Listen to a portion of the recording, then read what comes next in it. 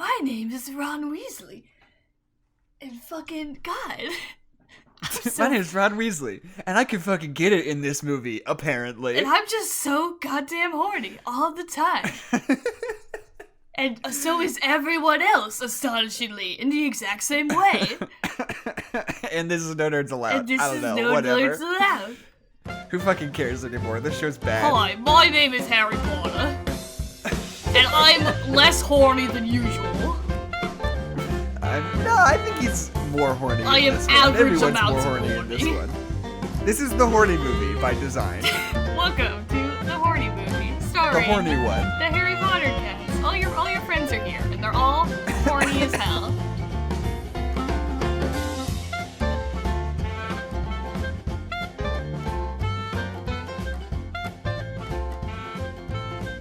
Can you imagine Yes. if J.K. Rowling in like 2006 was like, Talked about here's the next Harry Hufflepuffs Potter. jacking off together? Well, Yeah, right. she did that. First of all, that. But it's exactly the same. Everything's exactly the same. Okay. But J.K. Rowling just comes forward and is like, and now I'd like to announce the title of the 6th Harry Potter book, Harry Potter, Volume 6, The Horny One. Just lets that be. And Harry Potter, the book where Dumbledore dies, is called The Horny One. The Horny One. Harry Potter. No, it has to be Harry Potter in the blank. So it'd be a Harry Potter Right. at the time all of his friends were just so goddamn horny. No, okay. And it's gonna be like the something of the something. Yeah. Harry Potter and the horniness of Teenhood. Grindelwald. God.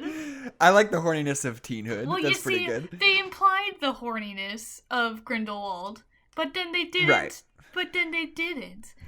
We'll get there. We'll get there soon Why enough. We're didn't- only like 4 movies Why away. didn't Grindelwald fuck Dumbledore? Why He not? did. Off screen. I do not want the context. I want it, J.K. Rowling. I okay, don't know what character that was, but I hate her. we need to talk about TikTok for a minute. I think it's Angry Theater Girl. I think that's who that yeah, character no, it's is. absolutely Angry Theater Girl is who Okay, that character well, is. welcome to the show, Angry Theater Girl. We will see her again. Okay. I think before we get into the movie, we need to talk about TikTok for a minute. We do need to talk about TikTok.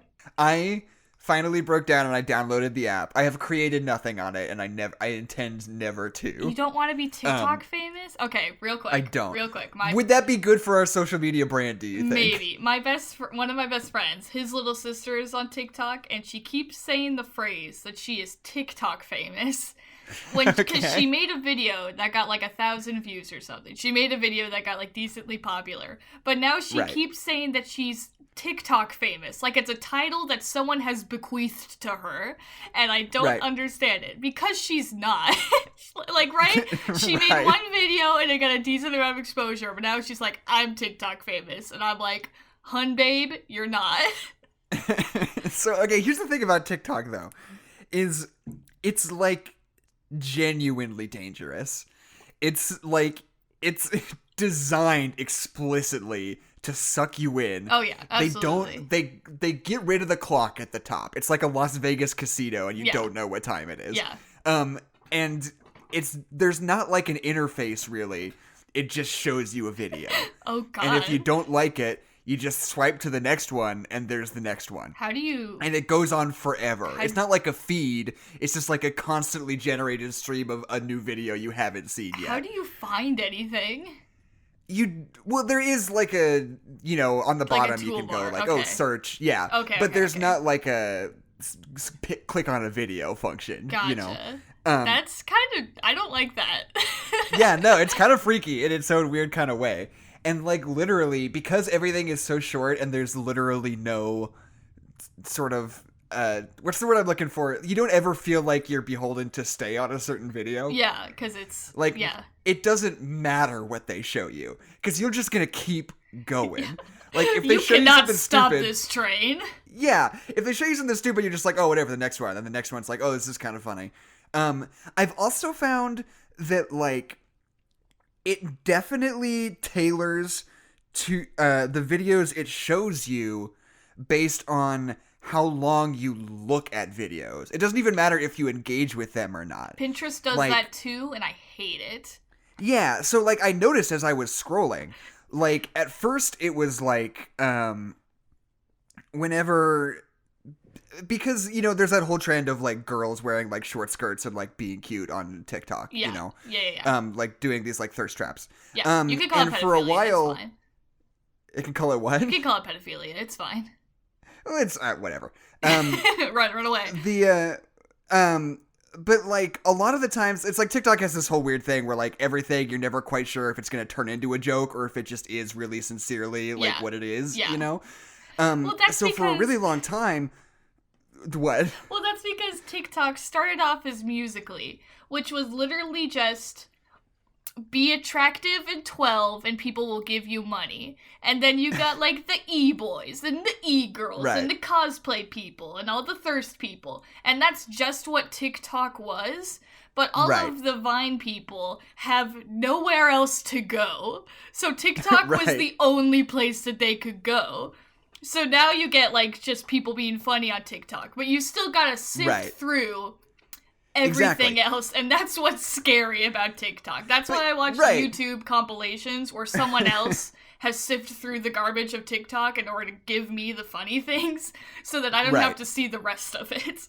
Right. But yeah, so my point is like, I, when I first was, like, scrolling through and I hadn't, like, learned the intricacies of it yet. Yeah. I was like, whenever, like, one of these, like, girls in short skirts doing dances came on, I would usually, like, watch the whole thing, because I was never quite sure if it was, like, just this, or, like, gonna turn into a funny joke. Or if it was making fun of that. Yeah, and, like, 40% of the time they turn into a joke, but sometimes they don't.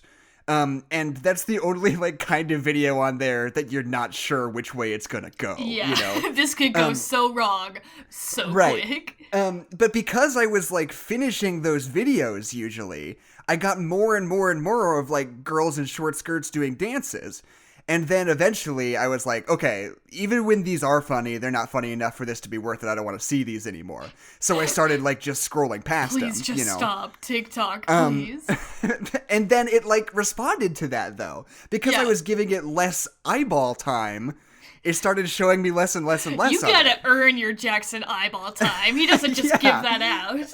It's so crazy. And, like, seriously, it's like, it's so crazy. It's the weirdest thing in the world. Pinterest does the same thing. And Pinterest, I think, is maybe the worst and weirdest website on the planet. First of all, half the time you open it, it doesn't work. It just straight up crashes and doesn't work. But it's also got the weirdest, like, it's the weirdest website. It's social media, but you do not communicate with anyone else. You just see what they are doing, but you don't communicate with them. It's like you're spying on all of your neighbors. That's what Pinterest is like. But your neighbors are either moms cooking and making crafts for their children, or teenagers making dramatic AUs of everything possible. And those are your only two neighbors, and they're both freaking weirdos, but in different ways. So I use Pinterest for character development, and I also use it for drawing references. And sometimes, for your own character development? Yeah, for my own character development as a person. Pinterest is my therapy. But anyway, for developing characters. But sometimes I'll look at something because Pinterest doesn't give a shit what I want. It just shows me things. It's like, hey, fucking look at this. And I'm like, God, please no. And then when I do look at it, because I have to look at the things I want to look at, it's like, you like this? You want more of this? You want more Warrior Cats fan art? Is that what you want, Adeline? And I'm like, no, please, God, do not give me this. And it's like, oh, do you want Stranger Things fan art? Do you want Stranger Things porn? And I'm like, no, I don't want that, Pinterest. Please, for the love of God, stop. And it keeps happening. And I don't understand why. I looked up one cat drawing reference because I was trying to draw a cat, and it won't stop giving me Warriors cat stuff, and I don't know how to get it to stop. I didn't even read Warrior Cats. I don't even know what's going on in the fan art. It's just like, do you want this really dramatic scene of a cat, like, killing another cat, and they're both, like, crying, and they're both named, like, Thunder Snow or something? And I'm like, what the fuck is happening, Pinterest? I need you to be completely honest with me, Adeline, when I ask you this. Yeah. How long in your life up to this time have you considered what your warrior cat name would be? 0! Are you being brutally honest. I mean, so honest, dude. Okay, a lot of my friends in elementary school were like, they were like on the Warriors Cats bus, the cat bus of Warrior Cats, and they were Hayao like, Miyazaki's Warrior Cat bus. yeah, exactly. They were way into it, but I thought it was stupid. Thank the stars that I thought it was stupid, that I didn't read it. So I think my friends would like go off with each other and play Warrior Cats on the playground, and I wouldn't play Warrior Cats with them. I would wait till they were done playing Warrior Cats so that we could play something else. That's so fucking They would go off and play Warrior Cats, and I'd be like, all right, tight, I'm gonna swing for a little bit. Tell me when you're done, and we'll play Zelda or something. And by Zelda, I mean we would run around and like pretend we were Zelda characters, but like still. Right. Okay, there's one more thing I want to say about TikTok before we move on and stop. The thing that I hate most in this world is people taking the audio from comedy sketches. Oh, yep. And just lip syncing them and not doing anything. The worst is when they do it with vines. It's like, do you fucking think I haven't seen this vine? And, I'm on yeah, TikTok. just, like, I've seen this vine. You're adding nothing. Yeah. You're just like, hey, somebody created something funny, and I want people to associate it with me and see it coming out of my mouth as if I came up with it. And it's just it'll be less popular and less funny. It'll never be as funny. See, and, you know, sometimes people do that with, like, cosplay, kind of, and they'll be like, oh, I'm dressed up as somebody from Neon Genesis Evangelion, and I'm saying something from a Vine, and it's fine. Like, the joke is that it's like, oh, that's so that character. Yeah. That's fine. Whatever. I'm cool with that. Fine. You can do that if you want. But if you're just like, hi, my name's Jackson, I'm in my room, and I'm gonna point a camera at myself and say, I'm gonna point a camera at myself and say something that John Mulaney said once. Just like, don't do it. Don't do that. Because it's for nobody, all know. And we all know who John Mulaney is. We all know. It's like they're trying to like pull a fast one, but like everyone knows what they're doing. It's like we know. The stop. Worst. You know that thing because everyone else knows that thing. It's like if I walked into the middle of class and we had all just watched our teacher like draw this big math problem up on the board, and then as soon as he was done with that math problem and he like left the room to like take a smoke break or something, and then I just like walked up to the front of the class and I was like, hey, I wrote this. Everyone would be like, no, you fucking didn't. Or no, what it would be is if you just wrote it again underneath it. Yeah, underneath it and didn't erase it. I was like, what do you guys think of this also, though? Yeah. You see what I'm bringing to the table? What about this? And then it's like, nobody really buys it, but like subconsciously people still kind of weirdly associate it with you afterwards. Oh yeah, because you're the weirdo that came up and wrote the same thing underneath the board. Right. Okay, one more thing about TikTok, I swear to God. Okay. There's like this there's this beautiful intersection of happens that's like cosplay, like role-playing, and also comedy, where it's like regular people doing like cosplay, role-play stuff. And like in a comedic way. Like there's these guys that like they imitate Peter Parker, but they're basically doing like comedy bits as Peter Parker, and they're all really funny. I mean, there's the really good one of the guy imitating the way that like Tom Holland talks. He's just like in his room and he goes, "Oh, Tony Stark. Oh, you're fucking my aunt. Oh man, dude. Oh, Mr. Stark." Just for like 2 minutes, and it's really funny.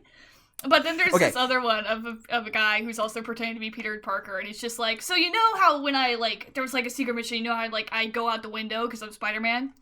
And he, like, turns around, he's got this giant black spot on his forehead, and he's like, well, I forgot to open the window this time. It's just, like, stuff like that. That's really funny.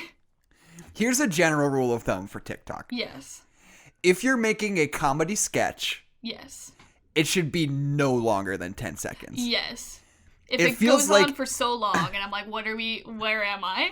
Yeah, it's like, these are the things, like, if you make a comedy sketch on TikTok that's like 40 seconds long, I promise you, it's not funny. Yeah, it stopped being, like, this is the mistake that SNL always made, where you got a one-beat joke, and you do it for 12 beats, and by the third beat, everyone has already checked out of what you're talking about. Yeah, and it's just like, if any TikTok influencers out there listening to our show, and take my advice. fit it into 10 seconds. Whatever you gotta do to make that happen, make it happen. Yeah. It's precisely why Vine was so great. And it's that restriction that made it so cool and all of those videos so funny. Yeah. If you're not doing that, it sucks. If your TikTok video is longer than 15 seconds, I guarantee it's not funny. Anyway, okay, so here's what we're gonna do. Okay. You're gonna make a TikTok too, Adeline. Oh God. We're gonna lip sync our own comedy bit from this podcast. I'm gonna do my part, and then you're gonna duet it and do your part, and we're gonna go viral. Are you ready? Okay, I will do this with you. starting with this sound clip we're creating right now. But this isn't even a good sound clip. This is just like you have to make it good. Go, Adeline, make it good. Go. I'm talking. My name is Ronald Weasley.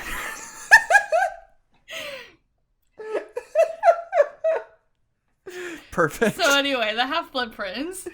Yes, Harry Potter and the Half-Blood Prince. Okay, this movie is sort of, the Harry Potter world is kind of divided, right? Yeah. I would say like 3/4 of people say that Prisoner of Azkaban is the best one. And I would say 1/4 of people say that Half-Blood Prince is the best one. This is like, Half-Blood Prince is the best one is a less popular take, but it is still a prevalent one, it is right? Still a take. Yeah, that is known. I don't think I don't know if I like this one as much as I like Order of the Phoenix, to be honest. Order of the Phoenix was really good. Yeah, to me, what I really like about this movie is that it's sort of I don't know, it's just this weird kind of hangout movie, right? Uh-huh. Like, all of the other movies so far have been, like, so systematic and, like, building up this world and, like, this rising action of this plot and, like, Voldemort coming back and, like, this really direct through line. And then this one's just, like, Voldemort's not in it. Yeah. Voldemort's not going to do anything. Remember that guy? It's just, it's just going to be about the kids going through puberty and having their own character issues. And we're going to learn a lot about Dumbledore. And it's sort of this piece, it's like this area where we can let Draco Malfoy do some cool things and we can learn some things about Snape. And it's just like taking all these characters and learning more about them before we hit the climax of the 7th one, Mm-hmm. And I think to me, this movie is like the cilantro that makes the dish really great. It's not, like, the cilantro itself is not the best part of the meal, but, like, without it, the meal wouldn't be better than any other really good meal. Does that make sense? You need to pick a better metaphor. It's like salt. Because hold on, Jackson. Hold on. You are, first of all, cilantro is a garnish. I hope to Christ that when you go to a fancy restaurant and when your fancy boy church clothes and you sit down and you put the napkin in your neck and the waiter comes over and he puts the dish right in front of you and it's this beautiful plate set aside for you and you just take your little hands and you just pick up the garnish and shove it down your throat in front of everyone. I hope to God you don't do that. Okay. You can use cilantro in a dish, though. It is also a seasoning that is available to you if you grind it up real nice. No dish has ever been, like, put up to, like, the next level by cilantro. That's not... Okay, fine. I'll pick a different fucking ingredient. Gordon Ramsay walks into a restaurant and he says, "What the fuck is all this bullshit? My name is Gordon Ramsay, ram sauce." And then someone puts a piece of fucking cilantro on his soup or whatever, and he's like, "You fucking done it. Congratulations. Put some fucking cilantro on this, you fat cow! You fat cow! Good for you! And how was it?" As a reference to that video from the set of Terminator Genesis where Christian Bale freaked out on that lighting guy. Just freaks the fuck out. And we've discovered that it's about 10 times funnier if you do it as Gordon Ramsay. Just as Gordon Ramsay instead of Christian Bale. Because Christian Bale doesn't have a funny voice, but you know who does have a funny voice? Gordon Ramsay. And I think it would go a little like this. Anyway, imagine that whole metaphor I just said. Was a good one. Lemon pepper instead. Okay. I said Tabasco sauce instead. Great. Would you agree with my point? Yes. Okay. It heightens what we're gonna get to later because it makes all the characters closer together and feel more fleshed out. And okay, so just like What is so funny? Just a second of you going, Can I tell you something? Yeah. I listen to this podcast usually whenever we're about to record a new episode. Just throughout my day, I usually pop it in and listen to a couple of episodes just to like get myself in the same headspace of our Yeah, because you have it on CD and you put it on in our vibe. Yeah, no, I put it in my Discman and I just check it out. Yeah. But I've just noticed that there is so much time of me just going, and one of these days I'm going to go through and just cut it all together all at once. And it's going to be horrifying. because there's so much more of it than I would like for there to be. It's just your brain buffering. But if you cut it all together, it would really seem like you were having a stroke. Yeah, no, it would be really not good. And it's just one of those things that's like, I don't know if anybody else thinks about it, but just because it's me, I'm like, fucking Jackson, stop doing that. You sound insane. Jackson, please. But the first thing I have written down is just that I think it's really funny that Harry just has mints with him. That is really funny. Because, like, the beginning of this movie is so weird because the movies have progressively been getting darker because, like, I feel like because they're like, Voldemort is coming back, Voldemort is here, it is scary angst time. And I feel like the opening of this movie really tries to sell you that that's what they're doing. That, like, everything is dark, like, Voldemort is here, we are fucked, like, it's go time. And they do that with, like, the dark and, like, the muted colors, like, the flashes of light, and, like, Harry Potter, like, kind of being, like, bombarded by people. And, like, it's all very artsy and very dark. And it's, like, setting the tone for it. And we see not the Dementors. We see the Death Eaters come and blow up that bridge like they're Mothman and do all that stuff. Like, it sets it up as very, very dark. And then we actually open the film with Harry Potter just being adorable with this waitress on the subway. Like, I don't know. It feels like such a weird, like, rug to pull underneath your feet. Like, oh, we're going to be dark and scary. Here's some cute teenage stuff. Can I just say something, Ari, this movie being dark and moody? Yeah. The color grading on this movie is fucking out of control. Yeah, no, yeah. Like, well, because when they go to the Cave of Wonders at the end of the movie, and it's like literally just black and white, which is really effective in making it creepy. But it's just like they're just like, this part of the movie is black and white now, and I'm like, okay. Yeah. No, this whole fucking movie looks like a perfume commercial or like an Evanescence music video. Can like we just say that when Dumbledore apparates in front of Harry Potter and he's in front of that perfume poster that says like divine magic on it is maybe the funniest thing ever. So yeah, I don't know, because I feel like this movie came out in, what was it, 2006? Oh, I thought 2009. Yeah, I was this a person. Yeah. I was gonna say this is sort of like the early days of like color grading being like a popularly used thing, but I guess we'd been at it for at least like 8 years at this point. They've so been never dipping mind. the Matrix in green colored Kool-Aid since way before. Right. Well, no, because that's the thing, right? Is Oh Brother, Where Art Thou was the first movie to do digital color grading, True. right? Which is bonkers. The Matrix. Yeah, it's crazy. And, like, The Matrix was all, like, in camera Practical. or, like, in film treatment, you know? Gotcha. Actually dipping the film in Kool-Aid, got it. Yeah. And I'm not knowledgeable enough on arcane color grading techniques to speak on this, but it wasn't done with a computer, right? Yeah. They would, like, but yeah, I don't know. To it. I'd have to take a look and like, I wonder when it was that digital color grading became, like, a really well-used process. I'm trying to think of, like, the most color-graded movies I can think of. What about, like, Bad Boys 2? When did that come out? I need to watch Bad Boys 2 was 2003. What about 300? 300 was 2006. Yeah, I don't know. This is nothing. But okay, cool.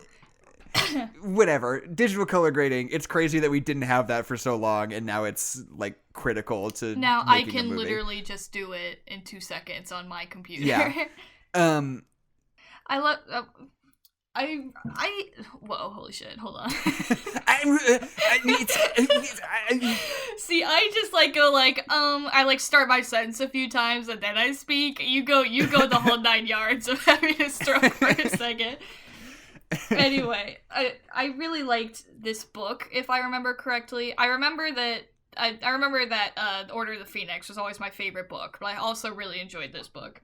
But because I love the scene where they're going to talk to Hogsworn. What's his name?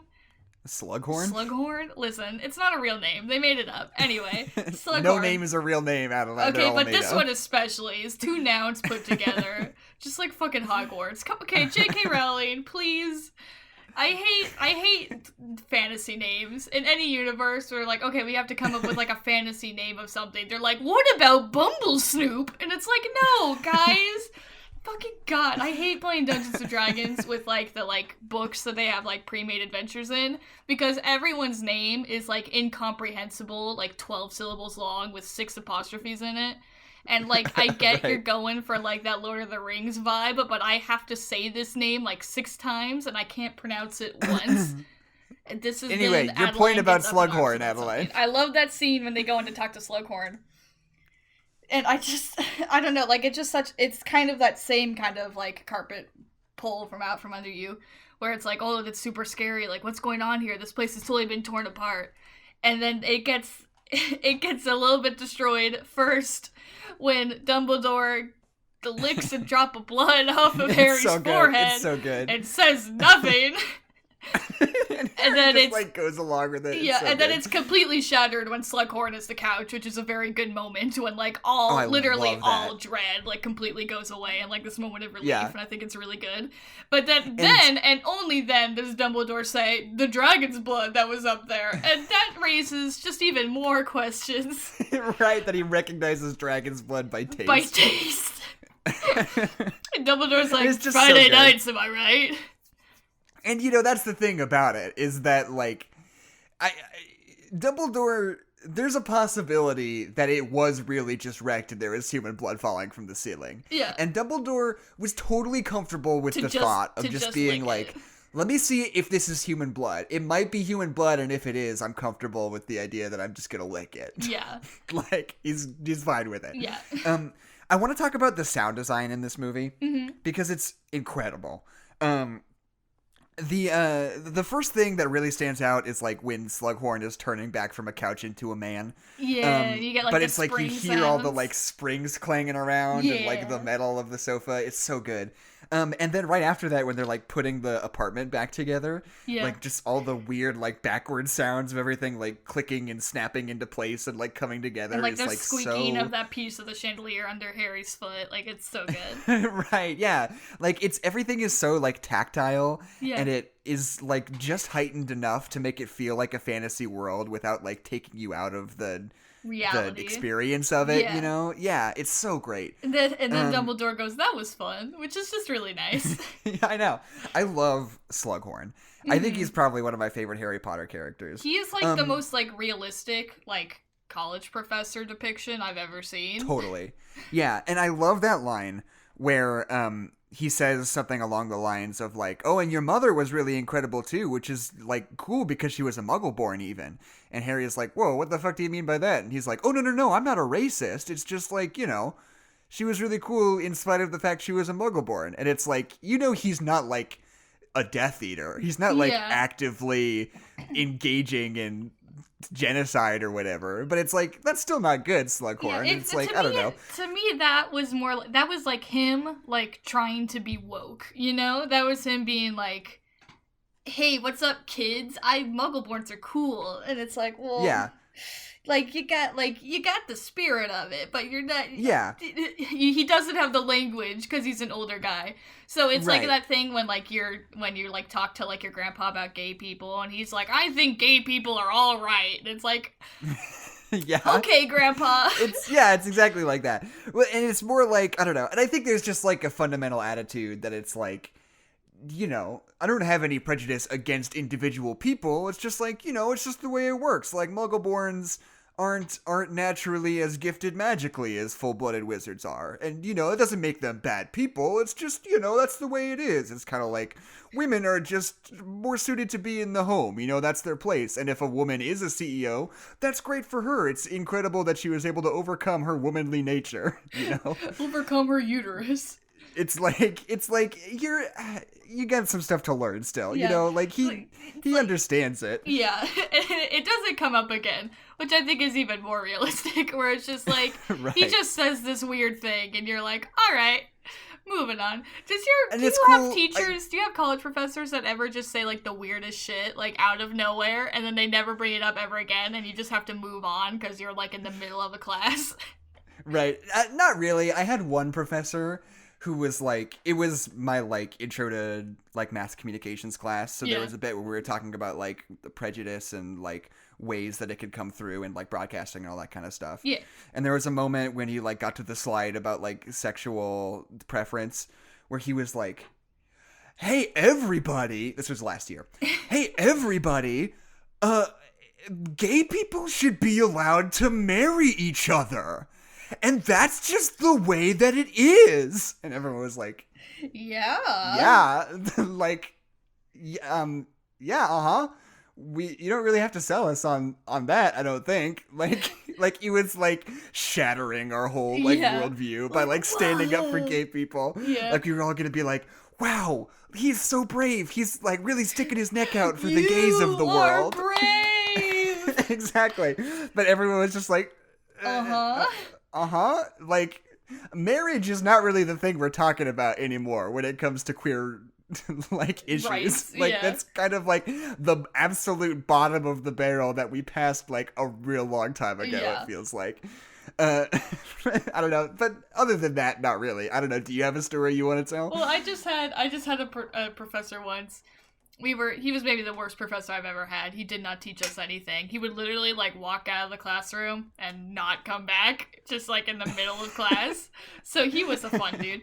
But we had to write this paper, and he gave us 3 topics that we could choose about. And I was writing about the American deficit and, like, how it came along and, like, solutions that people have, like, proposed and stuff. And I could tell that he was, like, reading our rough drafts, and he was, like, upset about how liberal some of our papers were.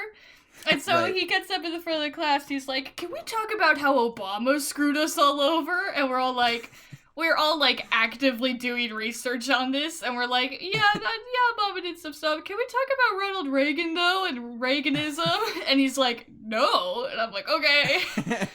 Anyway, are you gonna give me a bad grade on my paper because I'm not a libertarian?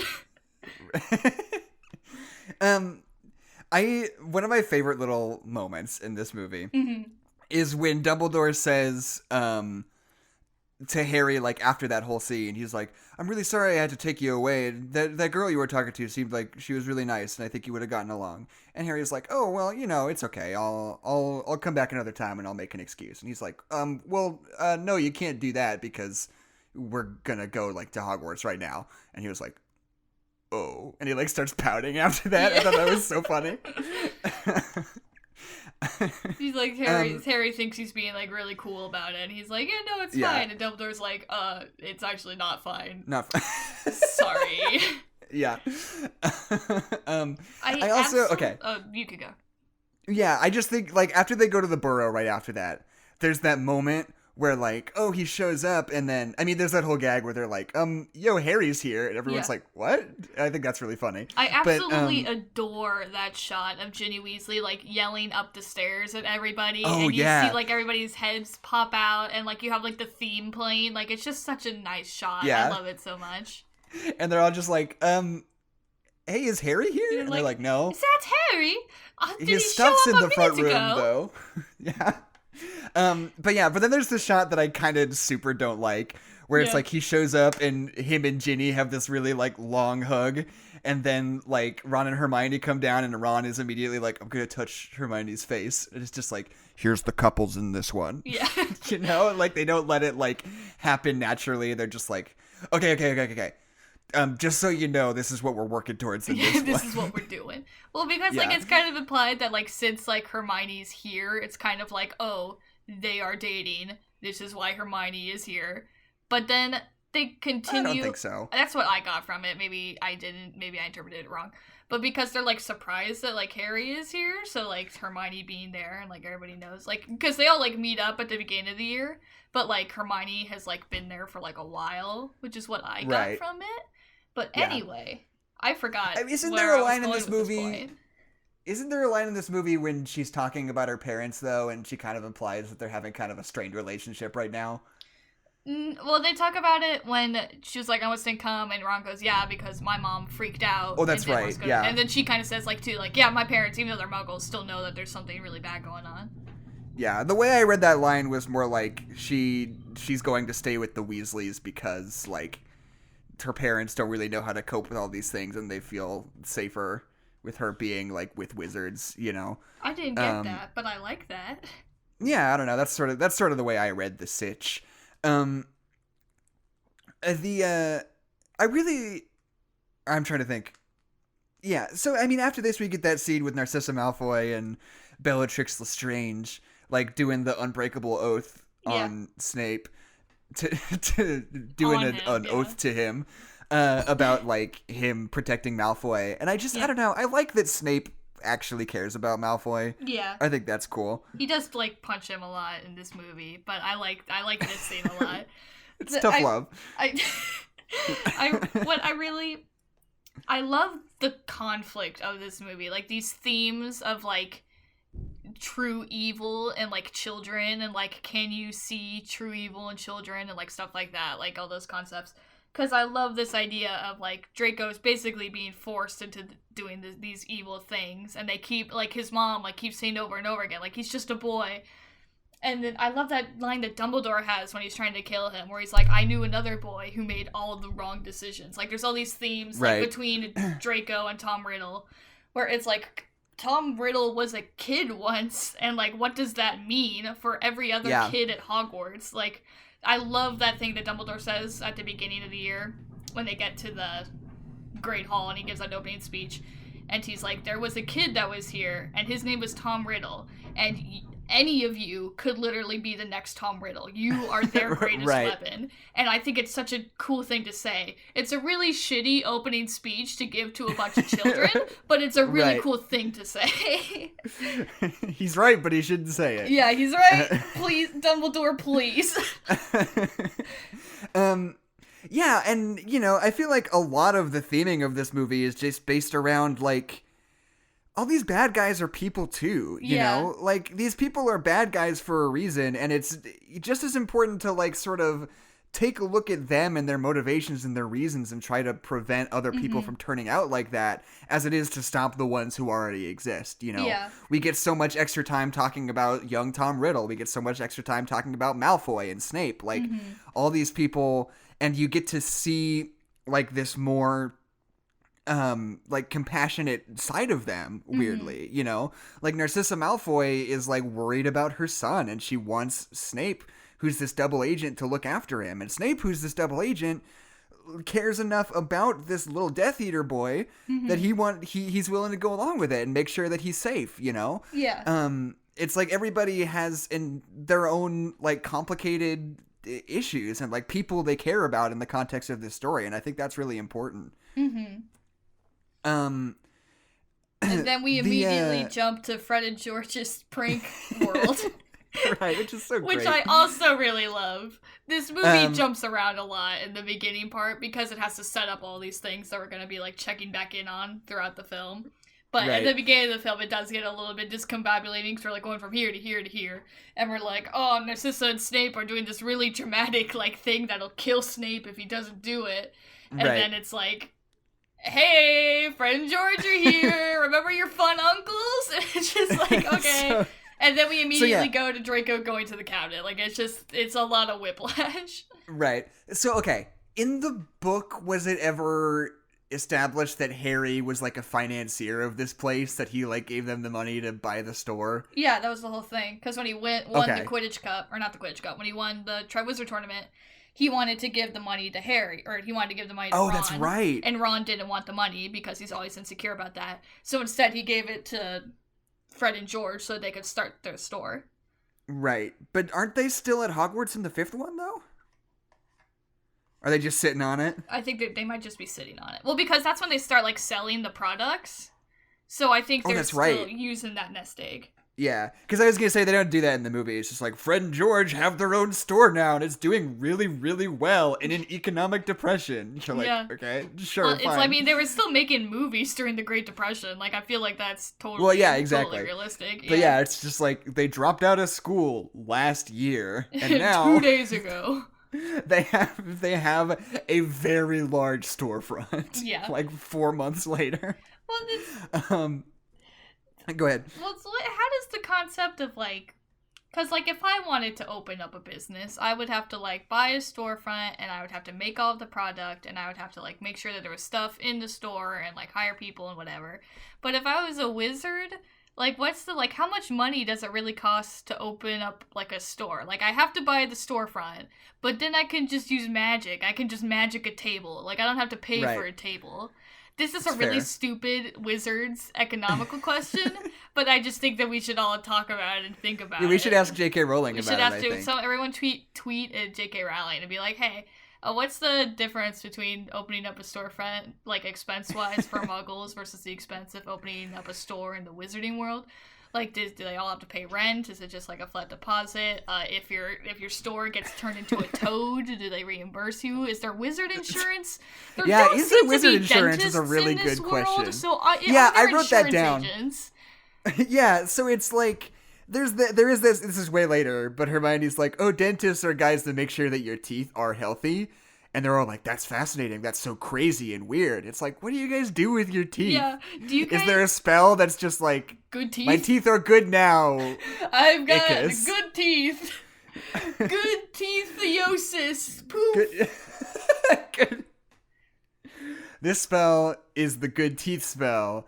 It's called Good Kiss Teethiora, and then all your teeth get good if they are bad. Yeah. J.K. Rowling. Yeah, it's just like, I don't know. Do wizards ever have to pay for furniture? Can they make their own furniture? There's a part, or do they have to buy it still? Well, the burrow burns down, and everyone is mega sad, and I get like the sentiment of it, but then I'm like, fix it with magic, you guys. Yeah, earlier this movie, there was this whole sequence where they just fixed some shit with magic. Just fixed a whole room. Like, they fixed a whole house. So now that your house has been damaged, maybe we could, I don't know, do magic on it. Just do magic again. You know how to do it. You're going to school to do magic. You know how to do magic. Come on, you guys. Right. And yeah, I don't know. I just think it's odd that they play it like, oh, because Voldemort's back, like, storefronts are doing really poorly. I'm not quite sure what the cause and effect is there, because we saw that shot. Whatever. I think in the books there's a little bit more of a political takeover than there is in the movies so far. Right. Because there's that one shot at the very beginning when they Mothman the bridge where they're like they go into that store and blow it up and like pull the store owner out and like put a bag over his head or something. I don't remember. But is the implication that just, like, people are afraid to, like, do their jobs? Well, and I think they're being, like, intimidated by Death Eaters or, like, being driven out of business, like, kind of like the mob does. You know how the mob would be.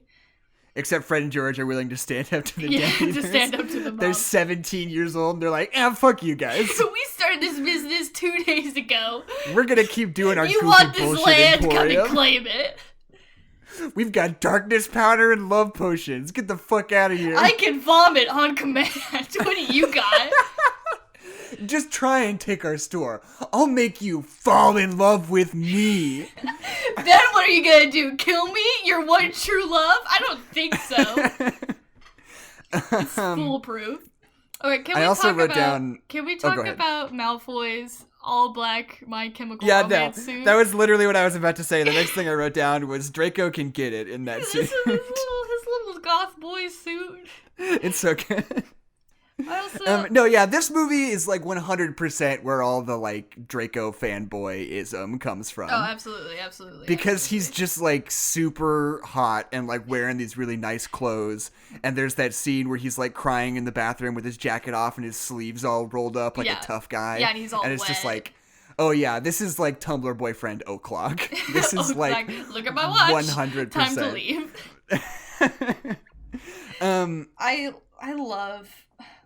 I love Luna so much. She's such a good character. I'm just like, I'm at a point now where I'm just like, I'm so invested in Harry and Luna's relationship I know. that I'm like actually genuinely really upset that there's not more of it. I you know? Like, well, when not they go even up... romantically. No, of course not. I think they have a cool dynamic as friends, and I want her to hang around with them more. That's what I love really about this earnestly. movie. That's what I love about this movie so much, is that Harry has a lot of, like, really great relationships with female characters, and I think it's so nice. Like, him and Hermione, like, don't have any, like, there's not even, like, an undertone of romantic interest between them, and I love it. I think it's great. And that, oh god, I love Luna so much. I love that line when she's going up to the gate, and Harry's like, oh man, sorry, sorry I made you miss the carriages, we have to walk together now. And she's like, oh, it's fine, it was like having a friend. And Harry goes, oh, Luna, we are friends. And it's just like, yeah, it's so good. Luna, I love so you. Great. Just on the train, there's a couple of things I want to mention. There's this shot that starts with, like, Luna walking through talking about Nargles or whatever bullshit she talks about. Yeah. And then it goes from there, it pulls out of the window and then comes back in a different window to Harry and Ron and Hermione talking in their little cabin. Yeah. And then it follows them out into the hall again before they cut to the next shot. It's like this long continuous take that's like 3 minutes long of just like all these different like sections of the train. That's so great. Yeah. I mean, I also love that shot where Harry's trying to sneak into, like, where Malfoy is sitting on the train. And they also introduce this part of the train that we've never seen before, where it looks like an actual train with just, like, seats on it. And I know it's not a big deal, but it just weirded me out that there was this part of the train that we've literally never seen before. But anyway. Yeah, I don't know, fills out the world. I mean, it makes sense, but it was just weird. Anyway. But so he's sneaking in there, and he uses that instant darkness that he bought so good. Fred and George's fun shop. And, like, it's just, like, this they're just, like, watching the train go by, and then you suddenly see just, like, all the windows just, like, fill with this black smoke really quickly. And all the students are, like, kind of freaked out and, like, kind of laughing, and someone's like, I bet it's just the first year. But there's, like, a little bit of, like, tension behind that line when she says it, like, oh, shit, Death Eaters, ? Like, it's just, it's really good.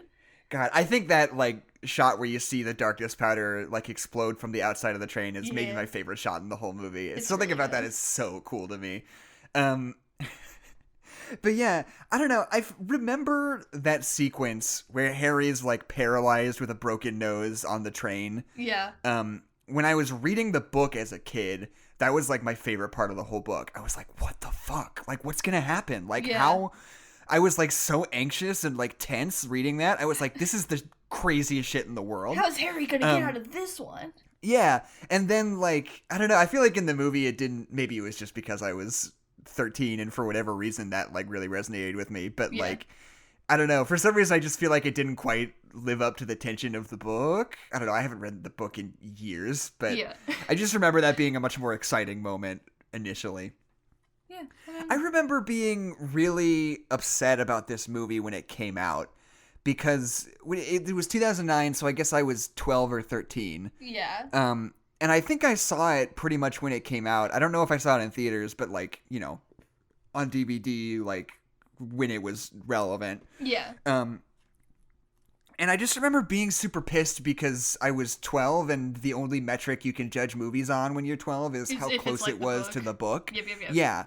And it wasn't that much like the book, so I hated it. Yeah. I was like, the Weasley's house doesn't burn down in the book. That sucks. And there's like a different battle at the end in the book. Like, fuck this movie. I'm 12-year-old Jackson and I go to a stupid art school and like, this movie's so bad. And that was like my whole thing. We just shit on VSAA real quick in there. The time I spent at that school was some of the best times of my life, but it doesn't matter. But yeah, I don't know. And like now that I'm looking back on it and watching it for like what I think might be the first time since then, I don't know. It's like this movie fucking rules, and I'm really into it. Very good. Like the Harry Potter movies are so good. Why is nobody talking about this? Well, because I feel like I think as a society, we are so tired of listening to Harry Potter people talk about Harry Potter. Can I just say, like, Harry Potter has very much been strong in the popular consciousness, especially because, like, the new book has been coming out. And it's, like, it's always been very prevalent in the social mindset. But we're just so tired of listening to Harry Potter people talk about Harry Potter. So because even if you have a good opinion about Harry Potter, the fact that you're talking about Harry Potter, I check out just a little bit. Like, you know? Well, here's the thing, is, like, it's a different kind of fandom to something like Star Wars, right? Yeah. Because, like, people who are really into Star Wars, like, regardless what they are, you have, like, opinions about, like, which ones are good and which ones are bad, and what you like about this one and what you don't like about this one. Like, you have opinions on it as a piece of art, you know? Mm-hmm. And you can pinpoint what it is you like about one and what you don't like about another, you know? Mm-hmm. But I feel like the Harry Potter fandom is different from that, because it's just, like, it's not based in any sort of, like, appreciation for the thing itself. It's just this blind, like, this is my life. This is my whole thing, and I'm going to deep dive, and I want to know everything about this world. The whole thing's perfect and great, and I want to, like, absorb every piece of it I possibly can. And, like, it doesn't, like, criticism of the thing is not at all a part of what they enjoy about it, you know? Mm-hmm. Which is, like, I don't know, it's a bittersweet, I guess, because when criticism becomes a part of it, you get Star Wars, where it's like, oh, hey, The Last Jedi exists, and now the whole thing's bad. But, like, it's just, like, frustrating in a different way, because it's just like, can we have a conversation about the thing? Yeah, you don't want to, like, talk about what you think about it. You just want to, like, know what your Hogwarts house is and talk about how much you love one of the characters that you stan. Like, oh, okay. You like, just want to pick a Hogwarts house, but you can't commit to one Hogwarts house, so you have to know your percentages of every Hogwarts house. It's like, I don't know, it's just like a fundamentally different, like, headspace. Yeah, does that make absolutely. sense? I think it's because Harry Potter sets up a universe so well that it's very easy to put yourself in the universe, like, through, like, Hogwarts houses and stuff like that, where it really does, like, just attach to people's, like, personalities. Like, I think we all knew someone in high school who was probably in the theater program who, like, chose a Hogwarts house and just said, like, had all of the memorabilia possible for that Hogwarts house. And that was just like a keystone of their personality was Harry Potter. Yeah. And I think, I don't know, it does it in such a weird way that I don't think Star Wars or, like, Star Trek or stuff like that do. Where, like, you can have, like, huge obsessive fans, but it seems to be, like, I don't know, I feel like it just doesn't get into their everyday life as, like, progressively as Harry Potter does. I don't know, it's weird. Well, yeah, like, hardcore Star Trek people don't put, what wing of the Enterprise they work on in their professional Twitter bio. The way that people put their Hogwarts house in their Twitter bio, you know? Yeah, and, are we, like, calling out Travis? Oh, what, Travis McElroy? Yeah. Yeah, I mean, I don't know, if the shoe fits. I mean, yeah, it does a little bit. Sorry, Travis. But, you know what I mean, though? It's like, it becomes... And, you know, that's part of the thing that has been sort of part of the, like, fandom discourse lately. It's like the difference between a person who defines themselves because of a fandom, like they describe themselves as a Harry Potter fan, you know, versus like being a person who's really dedicated to Harry Potter also, you know? Because it's not about, like, the level of how much you enjoy it and how obsessive you are about it. It's just, like, the particulars of how you engage with it, you know? Yeah. I don't think it's unhealthy to be, like, really, really obsessed with Marvel or Harry Potter or Star Wars, but if you're like, hi, my name's Jackson, I'm a Star Wars stan, and also I work at this company, you know? It's like, also, that's when it becomes like, unhealthy. Yeah. I like this alternate universe you set up where I'm like a Fortune 500 company's CEO. Yeah. Who's describing myself as a Star Wars stan first and a businessman second. Yeah. Okay, but that's just what Elon Musk is, and we've all agreed that we hate Elon Musk. Wait, what? When did Elon Musk do that? No, for a really long time, he and his girlfriend had matching anime icons on Twitter. Did you miss that? Did you miss that? True. I missed that. How? Wait, what anime was it? I think it was either My Hero Academia or Full Metal Alchemist. I can't remember. Elon Musk anime he and avatar. Whatever his girlfriend's name is, she's like a rapper. I forget what her name is, but they both had matching anime icons for a little bit. He might still have an anime icon. Hold on.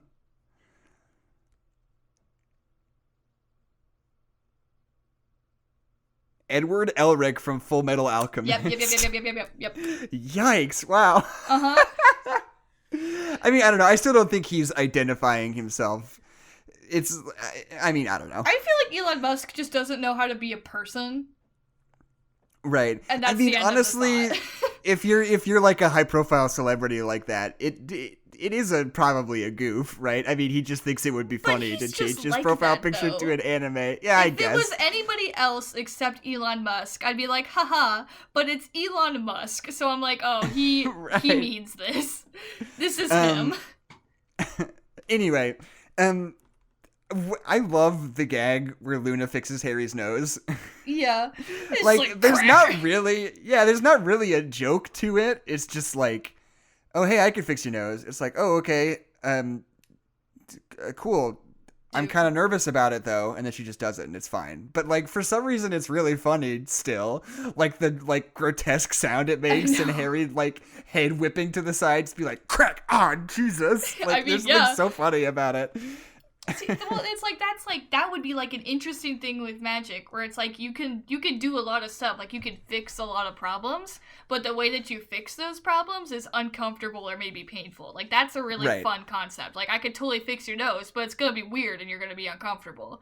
But instead, it's like the bone regrowing juice. Yeah, but instead of using that as like a concept of like if something goes wrong, we can fix it. But sometimes the way that we fix it is maybe worse than the problem. Like that would be that would be a really interesting way to go about like using magic to fix problems. But instead, we just don't use magic to fix problems in the magic world. You could use that as a parallel to Horcruxes, though. Yeah. Like. He's solving a problem, but the means to which he has to go in order to solve the problem are deathly powerful, you know. I don't think that's... what is so funny about that? Deathly powerful. They're deathly powerful. That's my warrior's cat's name. I don't think that was meant to be a thematic idea that Harry has to fix his broken nose and it kind of hurts to do that. But I don't know, maybe it could have been. I would like it if it was. I like that. I really love the girl who... Oh, okay. I love that scene where it's like the first day of classes and Harry like has a free period, so like him and Ron are just watching all of the first years like fuck up and they're just like laughing. Like that scene is just so high school and I love it so much. Like they're just sitting there and they're laughing, and then like McGonagall, like seeing McGonagall like actually be a teacher is really funny because she instantly reminds me of every English teacher that I've ever had. And where she's like, what are you boys doing? And he's like, I had a free period. And she's like, you should take a potions class. He's like, oh, but my AP score wasn't high enough. She's like, no, it's lower now. You got a new teacher. And he's like, great. And she's like, bring Ron too. He looks too happy. Like it's just so good. I know. And it's one of those lines that's like, if they didn't have a relationship, a teacher would never say that. Yeah. Like the fact that she can like dunk on Ron like that makes it clear that like real quick. They have a friendly rapport, you know? Yeah. I don't know, it's so good. I love the girl who plays Lavender Brown in this. Okay, the Lavender Brown has been in the other movies before, right? And it wasn't this lady, right? No, it was a different one. Yeah. And that's the thing that people say is like before, she was never a named character in it. She was just like one of the extras. Gotcha. And in the credits, they gave her the name Lavender Brown because she's a character in the book. Yeah. But she was, you know, just like a miscellaneous extra. They kind of arbitrarily labeled Lavender Brown. But the thing about it is that they were always black girls. But every movie it was a different person, but whatever. And so then it's like, oh, now that she's the main character, they cast a white girl in the role. And people, you know, you can identify that however you like. However, that's its own can of worms. Yeah, you can eat that can of worms all you want. Yeah, I'm saying this girl who plays Lavender Brown free of context, I think is hilarious. There's this line in, I always think about this whenever I see any of these scenes. There's this line in Stanley Kubrick's Eyes Wide Shut where Nicole Kidman is like explaining to Tom Cruise that like she's a woman and she does have like sexual agency, you know? Yeah. And she says like, there was this one time like 2 years after we got married that I met this ship's captain. And that's not exactly what she says, but the idea of it is like, I met this man and I wanted to fuck him so bad I could barely move. It's like the point of this like speech that she's giving Tom Cruise, because it's a Stanley Kubrick movie. It's this whole thing where like Yeah. Tom Cruise is like weirdly confused that Nicole Kidman has a sex drive outside of him, and she's like, dude, I'm a person. Anyway, but it's like this really powerful. I want to fuck Jack Sparrow. Yeah, if you it's like got this a really boat, I'm down to clown.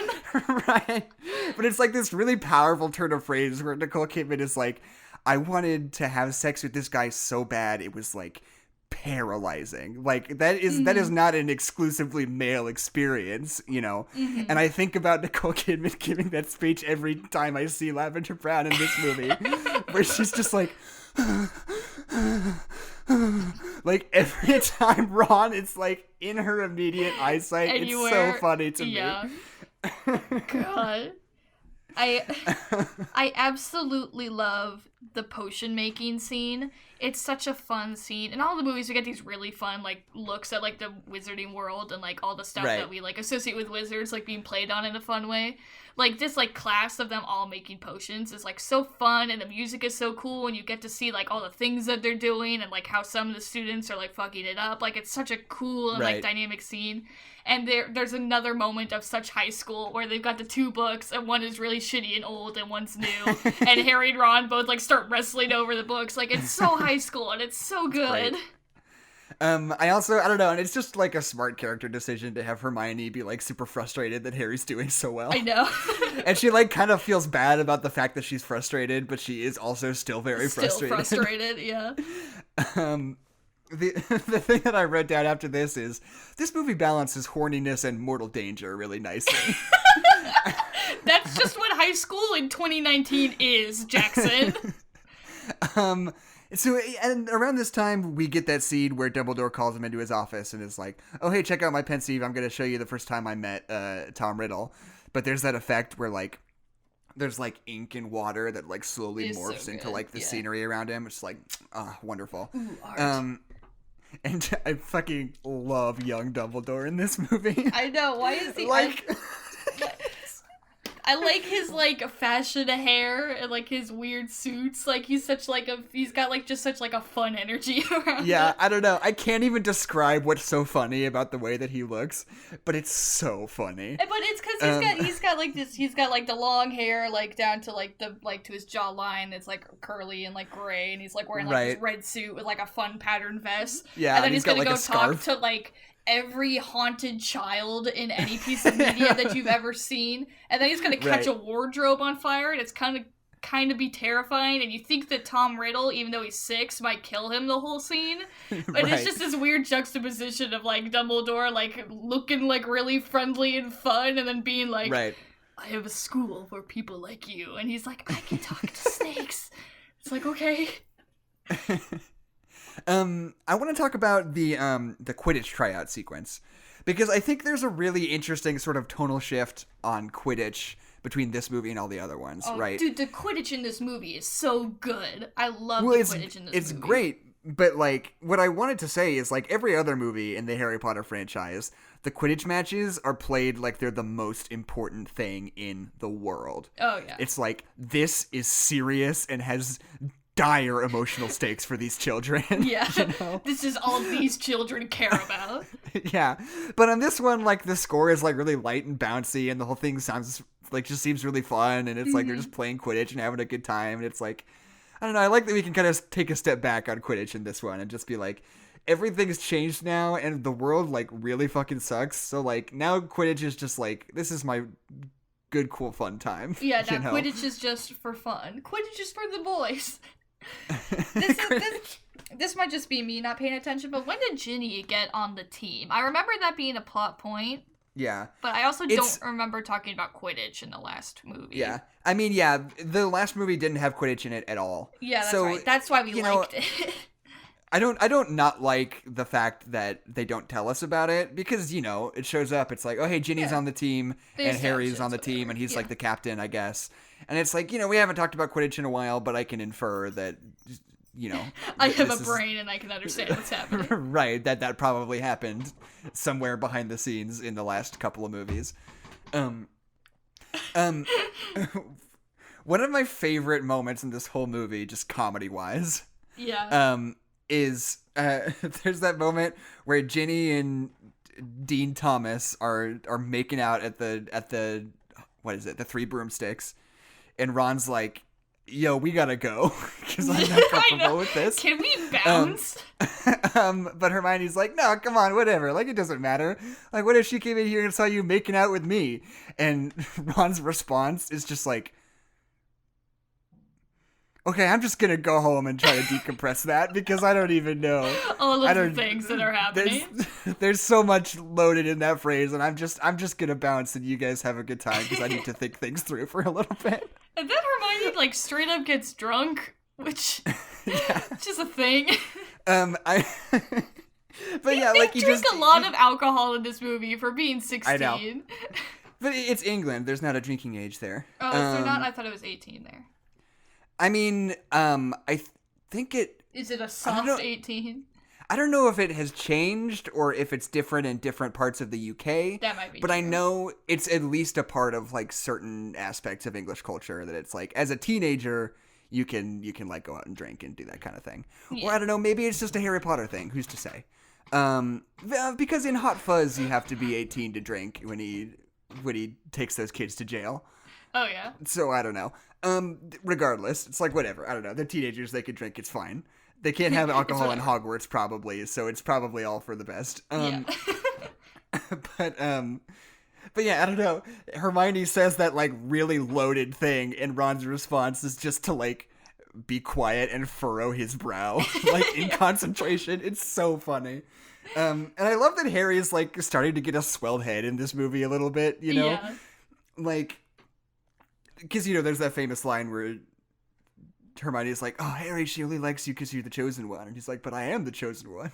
Yeah. But it's like, even outside of that, he just starts to get, like, really cocky and like, oh, I'm king shit at Turn Mountain right now. Like, everything's, like, all the women, all the ladies want me. Yeah. And it's just like, I don't know, it's cool. Because so much of this franchise so far has been built around, like, Harry being, like, really kind and really humble. And, like, doubting himself, like, yeah. Yeah. And it's like, I like that at this point when he turns 16, he just has to be like, I don't know. There's like a real lot of girls that have like big crushes on me, and it's like I'm feeling pretty good. I'm feeling pretty good about my whole shit right now, to be honest. I can either feel great about myself or go into a fit of depression. So I'm gonna choose between the two of these and act like I'm king shit of Fuck Mountain. Yeah, exactly. King bitch of Bastard Island. Can we change the name of this podcast to King Bitch of Bastard Island? I like that so much better than No Nuts Allowed. It doesn't. It's incoherent. It doesn't mean anything, but it weirdly makes powerful. me think of Jimmy Buffett, and I don't know why. It's striking. Wouldn't you click on that? Anyway, I think the moment where Katie Bell gets cursed is like really effective at being just like really unsettling. Oh yeah. Like that shot where she's got her mouth wide open and you can see like her entire row of top teeth like through her mouth. It's like, ugh. Like this is wrong. Something's not going right in this situation. Yeah. What was I gonna say? I had a thought in my brain and it left. Find it. I'm finding it. I'm not gonna bail you out. That's great. Oh, I don't remember if we've gone past this or talked about this. The how this like movie like goes chronologically is kind of messed up in my brain for some reason. But I love. I mean, it's a Harry Potter movie. It's just like, and then this happens, and then this happens, and then this happens, and then they do this, and this happens. But I absolutely adore the thing where Harry pretends to put the liquid luck in Ron's cup. I love that. Yeah. And then after that, I think we get maybe the best Quidditch scene in the whole series, where it's like snowy and they're like on the ground, like going through the snow, and Ron keeps pulling these like kind of like weird moves because he thinks he has all this luck, and it's like really interesting and action-packed. And you don't really like I like it because the stakes are very clear and very specific. It's not just we have to win the game because it's Quidditch. It's like we care about what Ron's doing and how good Ron is doing. So we're focusing on one aspect of the game, and we're involved in that. And so the game becomes so much more interesting, and they're doing all these cool things. where they're doing like strategy that I can like recognize, like where the Slytherin team is like in that formation and they peel off as like the Gryffindor guys come to like try and get the ball, and they like split off and the guy like makes the throw. Like, I feel like I understand what's happening in this Quidditch game for once in my goddamn life. Yeah, and I mean, like I said before, it's not played like the most important thing on planet Earth right now. It's like just a cool, fun game that like has some emotional stakes attached to it, but it's still like, you know, it's a game. It's fun. It's not like the thing I'm supposed to care about right now, you know. Yeah.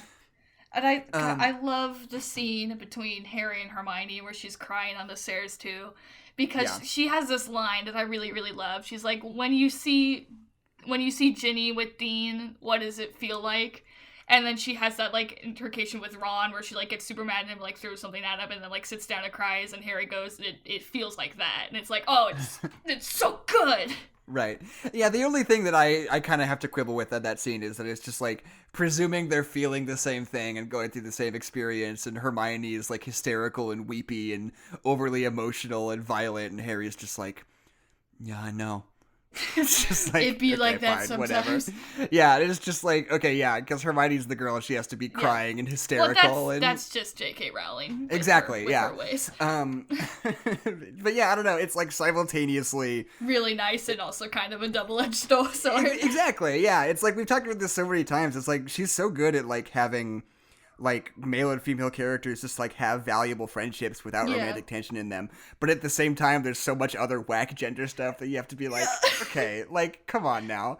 Well, it's like I get the hormones, and like I guess I just want, if you're gonna have a character be emotionally unstable because they're a teenager, I feel like everybody has to be the same amount of emotionally unstable, right? Like, you know. Yeah. Like, I want Ron and Harry to be kicked up just a little bit, because I feel like Harry's pretty chill throughout this whole movie. Like, there's, like, tension with, like, him and Ginny, but it's never as bad as in the books, and don't say the thing again, I swear to God. Okay, fine. Don't get me wrong, in the books, Harry is so horny. He's like the horniest guy in the world. In the movie, he doesn't seem that horny, and I want him to be just a little bit hornier so that Hermione seems less horny by comparison. Yeah, I guess I could go for Harry being like 15% hornier. Yeah, just a little bit more horny. So just so that Hermione looks less horny, you know? But I'm doing some really weird math in my head. About how horny Harry should be. Yeah.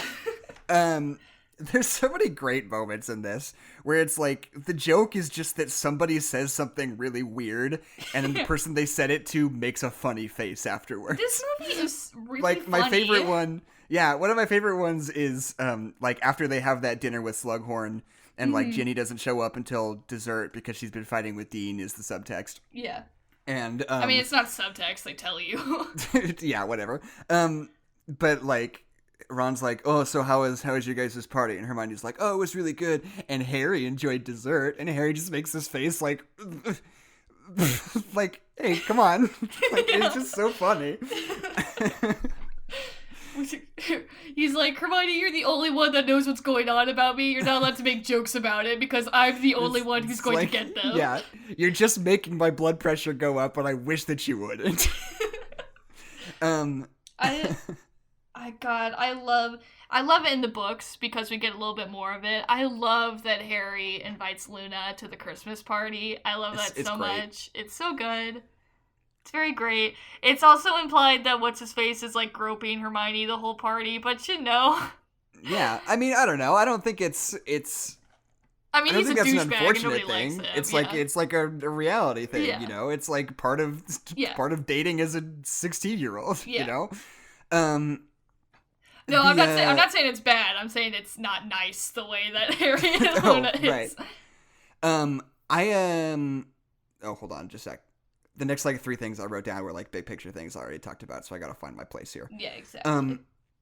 Harry does this thing twice, and I think it's hilarious both times. There's a time where he's talking to Mr. McGropey, or whatever his name is, and they're, like, behind the ball, and he's like, oh, what is this that I'm eating? And he goes, Dragon Balls, which is really stupid. Funny. But then he throws up, and he throws up directly onto Snape's feet, which is also very funny. And Snape just straight up gives him detention for it, which is, like... I know!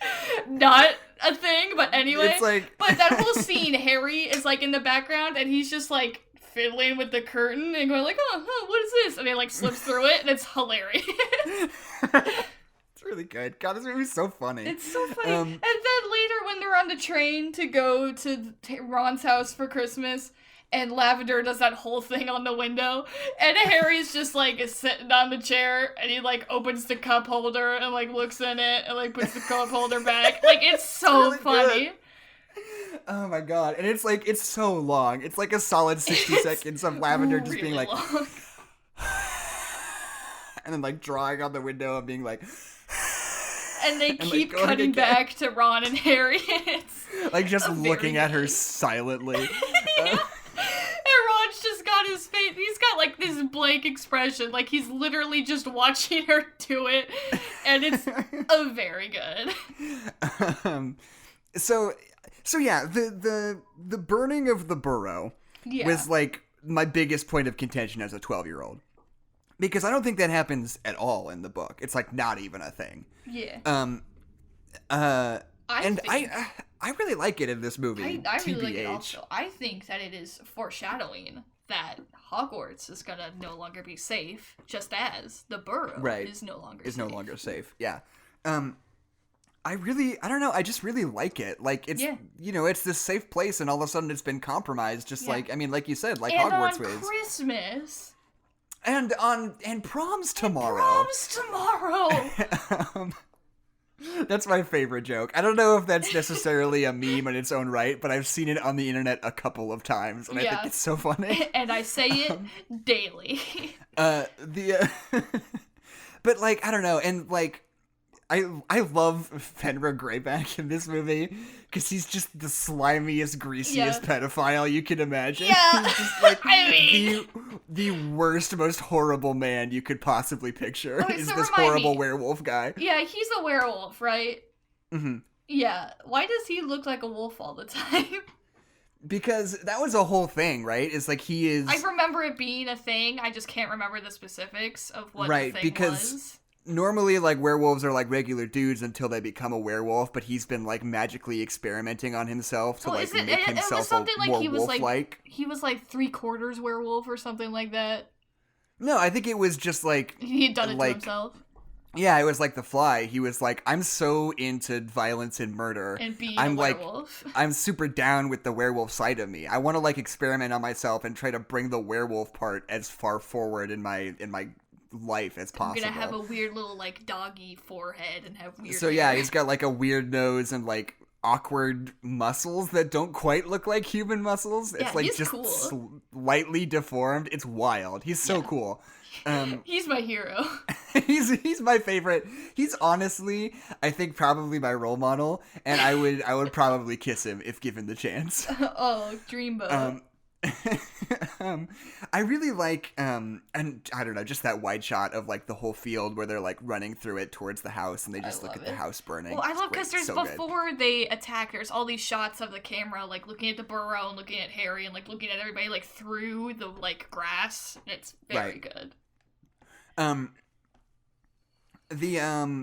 think my favorite sequence in this movie is the bit where Ron gets given the love potion that was meant for Harry. Oh, it's super because good. It flows so smoothly and there's like so many beats in it, you know? Like it starts with like, oh, Ron has this love potion. And or no, I would even say it starts earlier than that. It's like, oh, Harry wants to get into Slughorn's office, but he's like, no, not right now. I'm doing stuff. Go fuck off. Yeah. So he's like, okay, I guess I can't get in right now. Then he goes back to his dormitory and Ron has been given this love potion. He's like, oh, okay, Ron's not okay. Oh, maybe I can be tricky and I can bring Ron to Slughorn and then he'll let me in and I can kind of use that as an in to kind of get a conversation started. And we've also already established that girl was trying to sneak Harry Potter a love potion. Yeah. So it's just like all these things like coming together like perfectly in like a really satisfying way. And then after that, he gets in and he like starts to build that like extra rapport with Slughorn and then like Ron drinks the poisoned drink. Yeah. And then it's like, oh shit, like somebody's trying to poison Dumbledore and also Ron's on the floor with the foam coming out of his mouth. Ron's having a really rough day. Yeah, sorry, Ron. And then there's the bit where he has to find the poison, and Slughorn isn't even necessarily sure what to do, and it it's just, it goes panicking. So many different places. Yeah, like Slughorn's like panicking. It's great. It's like this wonderful scene that establishes and what's the word? What's the phrase I'm looking for?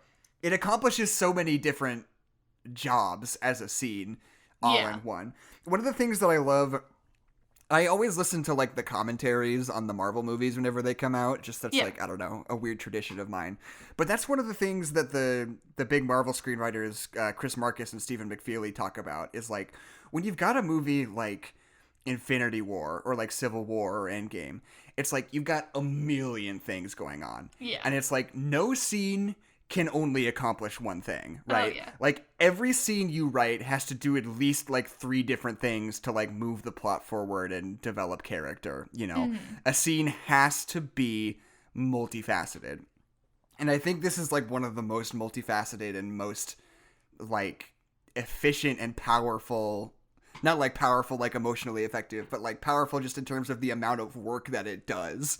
Yeah. Like scenes in the movie. I think it's great. And then two things. We skipped the part at Christmas where Harry is talking to Lupin and he accuses Draco of being a Death Eater, and they're like, "You are blinded by your hate," which is a very good scene because Harry's right, but also at the same time, Draco is like in a tough situation. Anyway. Yeah, but he also doesn't even necessarily know for sure. It's, I think, important. Yeah. Like, even though he's right, he's still pretty much accusing somebody of something really serious, and he's not really 100% sure about it. Yeah. But then, so everybody leaves, and there's the most awkward scene in the world where Ginny walks up with a whole plate of cookies and holds one out, and she goes, "Open up, you. Don't you trust me?" And then she feeds him a cookie, and maybe the worst shot in the whole movie. But then they're sitting together, and haha, funny, Ron comes in to sit in between them. But he's also just carrying a whole plate of cookies. So everyone's just walking around with their own discreet, huge plate of cookies. I feel like I don't like the whole like plot thread of like Ron being like super against Ginny like dating. I feel like it's the whole, like, "Oh, don't touch my daughter or I'll kill you with a shotgun, I'm dad," like, thing. It's like, I'm the dad character. But it's like, I don't know, it's just another, like, J.K. Rowling, like, antiquated sex politics thing, where it's like, I don't know, I would like this a lot better if Ron was, like, okay with his sister having a life and, well, you know, like, romantic and sexual agency, you know? Well, it's like, I get it with, like, Dean. Because it's like, he's friends with Dean. We know Dean. Right. But we're not best friends with Dean. And, like, them, like, making out at the coffee shop is, like, him being like, "Hey, bye, I want to leave." Like, I feel like that's better. He doesn't, like, go up to the table and he's like, "Hey, that's my sister." Like, he doesn't do that. Like, he's just, like, kind of, like, awkward about it. Like, I'm fine with that. But yeah, I mean, when there's a difference Harry, between... Oh, go ahead. But when it's Harry and it's, like, your best friend, and it's, like, your best friend isn't making out with your sister, he's in love with your sister, I feel like that would be like, "Oh, tell yeah, Harry, the guy who I love, like, go, do it. I love you, bro." Well, yeah, it's, I mean, like I said, it's just, like, protective, masculine, just being like, "Oh, hands off my sister, you." It's like, why? Just because it makes you uncomfortable to think about your sister having, I don't know, romantic feelings or sex with somebody, you know? And, like, there's a difference between, like, "Oh, I'm hanging out and my sister's like making out with somebody," and it's like, I don't want to watch. Yeah, obviously. I don't want to. I'm not like viewing this. Right, but there's a difference between that and being like, "Oh no, get away! Nobody can touch my sister. She's, I don't know, the precious little girl, and nobody can touch her." It's like, even though I've like off. talked shit about her for like 4 whole movies. It's just like, I don't know. It's just like one of those like. I don't know. It's just one of those things that always bothers me. I hate when people are like, "Oh, my younger family member. Oh, hands off her. I can't. She's not ready for this yet." Like, whatever. It's like, fuck off. And I also love after another super great thing that J.K. Rowling I really like is when Ron's in the hospital bed and Hermione and Lavender like get in this huge fight over him. That and it's just scene? like, oh, cool, women fighting over boys they like. That's really great and fun. Love that. Well, but what I don't like about it is that Ron doesn't even have, like, any agency in that scene. Like, if it was, like, it's just like, oh, Ron truly loves Hermione because he said her name when he was unconscious. It's like, well, Right. I would have liked that if they, like, had a real conversation and he was like, Lavender, I don't really love you. We've just been fooling around. And, like, Hermione, I actually have feelings for you. Like, I want Ron to, like, actually have any agency in who he's dating, you know? I feel like totally. that should be a thing. And yeah, But it's we just, do I don't get know. It's in one of that those scene, things. which is maybe the best thing of all time, is Snape and Dumbledore just kind of standing there while these two that's teenage really good. girls That's yell really, at each really other. good. And it's really good. Apparently, the original line that Michael Gambon was supposed to say in that was just like, oh, I had a crush on a young girl in high school once, and it went exactly like that. But then J.K. Rowling was like, hey, Dumbledore's gay. And David Yates was like, say something different. I just think that's funny. Hey, speaking of that, do you know what time it is? What time is it? It's trivia time. Hey guys, Yay. welcome back to Trivia Time, my brand new segment for this podcast where I go through the IMDb. Why is my theme song the John Cena theme song? It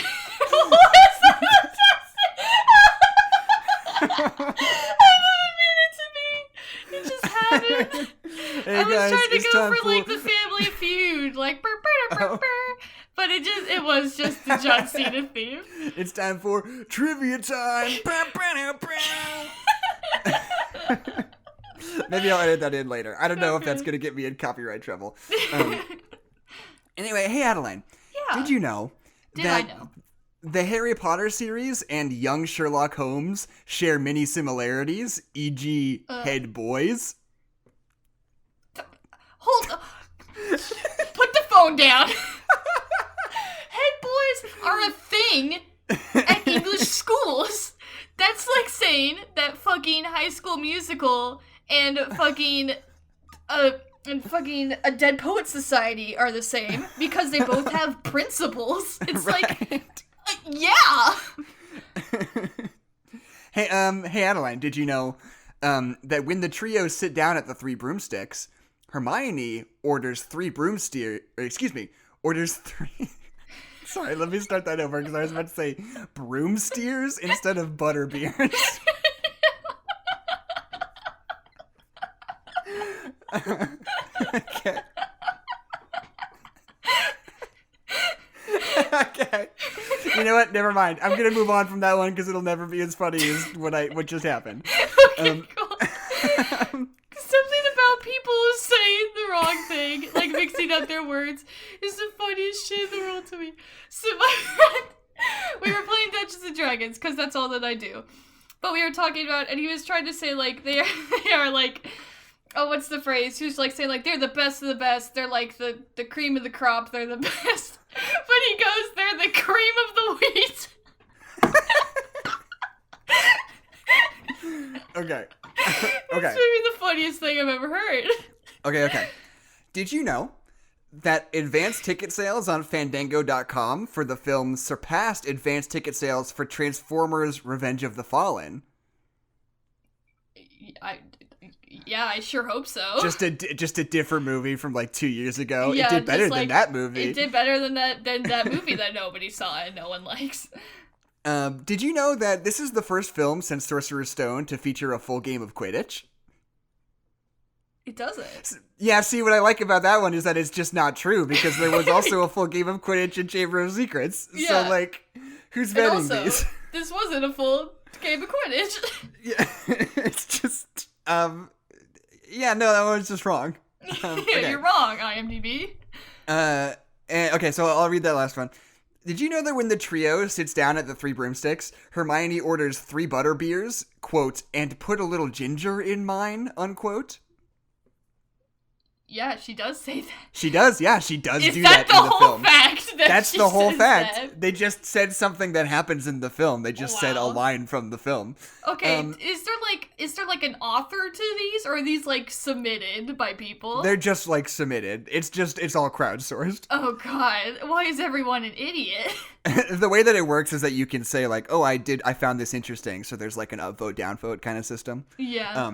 But you can always find some great ones near the bottom that are like, one person found this interesting and 8 people found this uninteresting. And it's like, those are the only people who've ever looked at it. Yep. Okay, here's my final. Here's the final trivia time. Yep. Did you know that Chris Columbus, the director of the first 2 Harry Potter films, was amazed how beautifully Daniel Radcliffe, Emma Watson, and Rupert Grint matured over the series, compared to some child actors who start out adorable and then either lose that or become bad actors as they grow older. God. Why couldn't you just stop after the nice thing? Why did you have to... I have a feeling that this author was editorializing a little bit. Yes. I think. Unlike some child actors, I'm looking at you, the Olsen twins. Like it's just really good. It's just, he said, like, it's like, oh, Chris Columbus, like, got to see these kids grow up, and he was really happy with how they developed. It's like, oh, that's sweet. Unlike some shithead asshole kids, and it's like, oh, God. Jeez. Okay. Anyway, this has children. been trivia time. This has been trivia time. Okay. I think the John Cena theme song and the Family Feud theme song are just very similar, actually. Dun, dun, dun, dun, dun, dun, dun, dun, dun. It's totally different. The Family Feud theme song is totally different. It's got like when like the horns like really kick in. It's like similar. I can't think of it beyond just the initial like. Pull up the Family Feud. Whatever. No, just you. Not in the podcast. Just you. Okay. I just want to say that Sectum Semperspell is the scariest shit in the world. Oh, like, yeah. We've already talked about how fucked scary up that Snape came up with that. Yeah. Yeah. Oh, you know he was gonna use it on James. Yeah, for sure. Isn't there something in the book where he does? Isn't that a thing? I don't think so. You know what Snape is? Snape is like the quiet kid in your middle school who turns out to be a school shooter. I literally. Yeah. That's like absolutely what Snape is. Like he's just like in the corner writing, he's like designing spells on how to mutilate his classmates in the corner. That were mean to him. Yeah. This is actually genuinely really concerning. Severus Snape, my friend. Okay, I think Snape is an incredibly interesting character, and I think he's very well done. I hate this like new wave of like Snape stans. I hate that. But like I think the character is really good and really interesting, but if you want to just make him your uwu baby, then something has gone wrong because he's Adeline, objectively a bad person. I just want you to know that you said like that exact same sequence of words in our Sorcerer's Stone episode. Probably. I have a lot of feelings about this. I just want to make sure. I want you to swear to me that you will not say the phrase "Snape is not your uwu baby" anymore on this podcast. Like, it's fine that you did. Just don't do it anymore. I only repeat it because it is a thing that I have seen with my own 2 eyes several times because of Tumblr. I only repeat it because someone else put it in my head because they actually said it. I am a victim of the terrible world around me.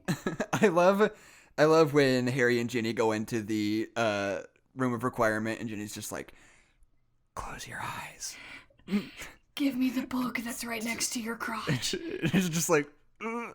And I can't quite tell if like their chemistry in this movie is actually weird and awkward, or if it's like designed to be because they're 16-year-old dorks. Yeah. Like I can't decide which direction to lean on this. It could be both. Yeah, I guess so. Because I don't know. And then afterwards, when Ron like walks right up to her and is just like, "Oh, hey Harry, did you and Ginny do it?" Yeah. And Harry's like, What? Behind the book, I mean. Oh, yes. That's great. I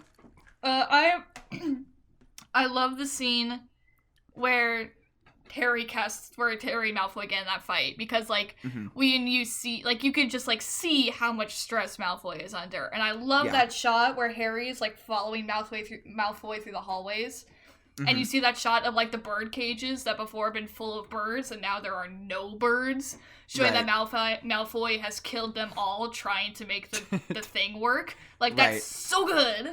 Yeah, no, it's fucking great. And you can just like see all the stress that's on him as he takes off his shirt and gets all wet. God, he's my uwu baby.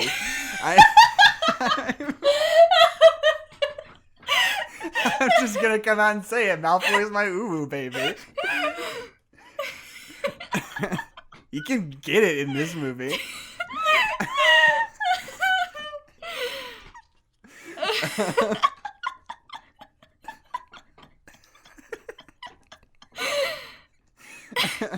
I'm glad you liked that. Fuck. Okay, Adeline. Yeah. I need you to tell me a secret. Okay. Have you a secret? Have you ever actively engaged with thirsty Harry Potter content online? What do you mean by engaged? You mean have I like... Did you either A, seek it out, B, like, comment or, like, reblog any of it? See, my internet presence on the internet is that I am just a silent watcher in the wings. I'm like the Phantom of the Opera of Tumblr. I just kind of hang out. I forget what happens to the Phantom of the Opera, so this might be a bad metaphor. But I just kind of like hang out in the sidelines, and every once in a while I make a chandelier fall on somebody. Does that happen to the Phantom of the Opera? I don't know, Adeline. Don't ask me. I watched the Phantom of the Opera, and I don't remember what happens in that movie. I just know that I did a scene from it once in high school, and I was playing Raoul, which is a name, Raoul, and everybody kept trying to tell me it was Rowell, which is not a pronounceable string of letters. Raoul. It's nonsense. And Raoul is a name that exists. And everyone was like, Jackson, like I was stupid. They were like, Jackson, have you been living under a rock? It's Raoul. It's Raoul. It's Raoul. No, I was saying it was Raoul because that's what it is. They were all like, Jackson, it's Raoul. I was like, bullshit. That's not a coherent string of sounds. Those, like, that collection of letters that you're creating in your brain is physically unpronounceable. Raoul is not a thing. It's Raoul. Anyway, what were we talking about? Oh, you were giving me a really, really defensive and roundabout answer about thirsty Harry Potter content. All Harry Potter stan information that I've gotten against my will, I assure you. Okay. The whole Felix Felicis bit is great. It's so good. Like, I love that he drinks so it, much.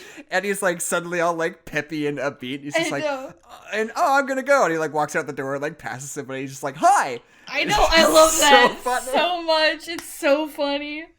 I have an interesting relationship with the scene that follows though, where they meet Hagrid and they have that little like goofy funeral for Aragog, right? Yeah. Because on the one hand, I mean, first of all, something that's really interesting, I think, is that this series is set up in such a way that, like, we could just kind of check in with characters every once in a while. Mm-hmm. Like, Hagrid's not important to this whole story, and functionally he doesn't do anything in this story. I mean, Neville too. Like, Neville's just like a waiter at the Christmas party, and it's like funny, and then we're like, bye, Neville, you'll be really important tomorrow, but not right now. But it's like, it doesn't feel like, oh, they just showed up and left, like, what the fuck's up with that? It's like, no, it's like, we're just checking in. It's just like, here's Hagrid, here's what he's up to right now. Like, we're just gonna show him to you, let him do his thing for a second, and then we'll move on, because, we want to show him to you, but it's not, like, important right now, Yeah. But I don't know. I just tonally, I'm not sure what I'm supposed to feel in that scene. That's right? true. Because it's I'm like sad for Hagrid. Hagrid is like one of the most deeply sympathetic characters in the series, right? Yeah. And he's like mourning, and like part of that sympathy is all based around like the fact that he's so passionate about like these creatures he loves, and nobody else really understands like the relationship that he has with them, Prisoner of Azkaban was built almost entirely around his relationship with an animal that he cared really passionately about, and everyone was like trying their hardest to save that animal for Hagrid's sake, you know? Mm-hmm. And then cut to 3 books later where it's just like, oh, one of Hagrid's animal friends died. Like, haha, we're gonna make some jokes about it, and it's kind of silly. It's like, why are you friends with the spider, dog? Like, dude, spiders are ugly. They're the big, ugly, scary ones. They're not for friends. They're for smush, Hagrid. And it's just like, okay, but like, I feel like I want this to be a little bit sad. However, functionally, it doesn't really make sense for it to be sad, because we've got to like loosen up Slughorn in order to get him to tell Harry about the Horcrux, right? Yeah. And the gag where Harry makes that weird mandible pincer noise. Just seems like really insensitive. It's like so out of character for Harry. But it's like because he's on this weird Felix potion that he's just like really, really high strung and goofy right now. And it's like, it's funny. It really is. But it's just very like, funny. I don't know. What are we doing here? You know? Come on, Harry. I love that speech that Harry gives, and I love the thing with like Lily and like the fish and all that stuff. I think that's a beautiful story. But I love that line where Harry's like, "Be brave like my mother." Like, I don't know. I just really love that like sentiment. Like, because I feel like we've talked about Lily in this really kind of like soft, fluffy way. It's like, oh, she loved her baby so much that love saved her. Like, it's all been like really kind of like one-dimensional. But to have this, like, where, like, Lily was smart, and she was the top of her class, and she was brave. Like, be brave like Lily, like, is so good. And I love that so much more than just, I don't know, than just having her whole thing be the fact that she was a loving mother, you know? Because I think that's really important, and I think that's really good. But I also, I really like when we get stuff about younger Lily, because I really like having her be a three-dimensional person. Yeah, totally. Here's a big question I have about this movie. If Dumbledore doesn't really know that Voldemort having Horcruxes is a thing, why is he hunting them? Yeah, why does he have a ring and has really explicitly destroyed it, quote unquote? But it's not destroyed, it's still there. So what does he mean by destroyed if he doesn't know that it's a Horcrux, right? Yeah. Like, if he knew it was a Horcrux, it would be like, oh, I ruined the Horcrux part of it. That's what I was trying to do. Well, and he's also... when Harry's like, is that why you've been going away all the time to find these Horcruxes? And it's like, and he's like, yes. But it's like, but you haven't known that they were Horcruxes, right? Dumbledore. What are you doing? And it's like, I don't know, maybe he knows that, like, important artifacts to maybe Voldemort he's just like, he's just, like, getting, like, important Voldemort TM things and, like, just, like, because I think he kind of thinks. He's like, I think maybe... these are Horcruxes, so I'm just gonna, it's kind of implied that maybe it could be something else. Yeah. Like, maybe there are other kinds of magic we know about that could behave kind of like a Horcrux, but aren't explicitly a Horcrux, you know? I've got my grocery list of things that were important to Voldemort, and I'm just gonna go get all of them. Right. And maybe some of them will be magical, and maybe some of them won't be. It'll be fine. Yeah. I love that scene.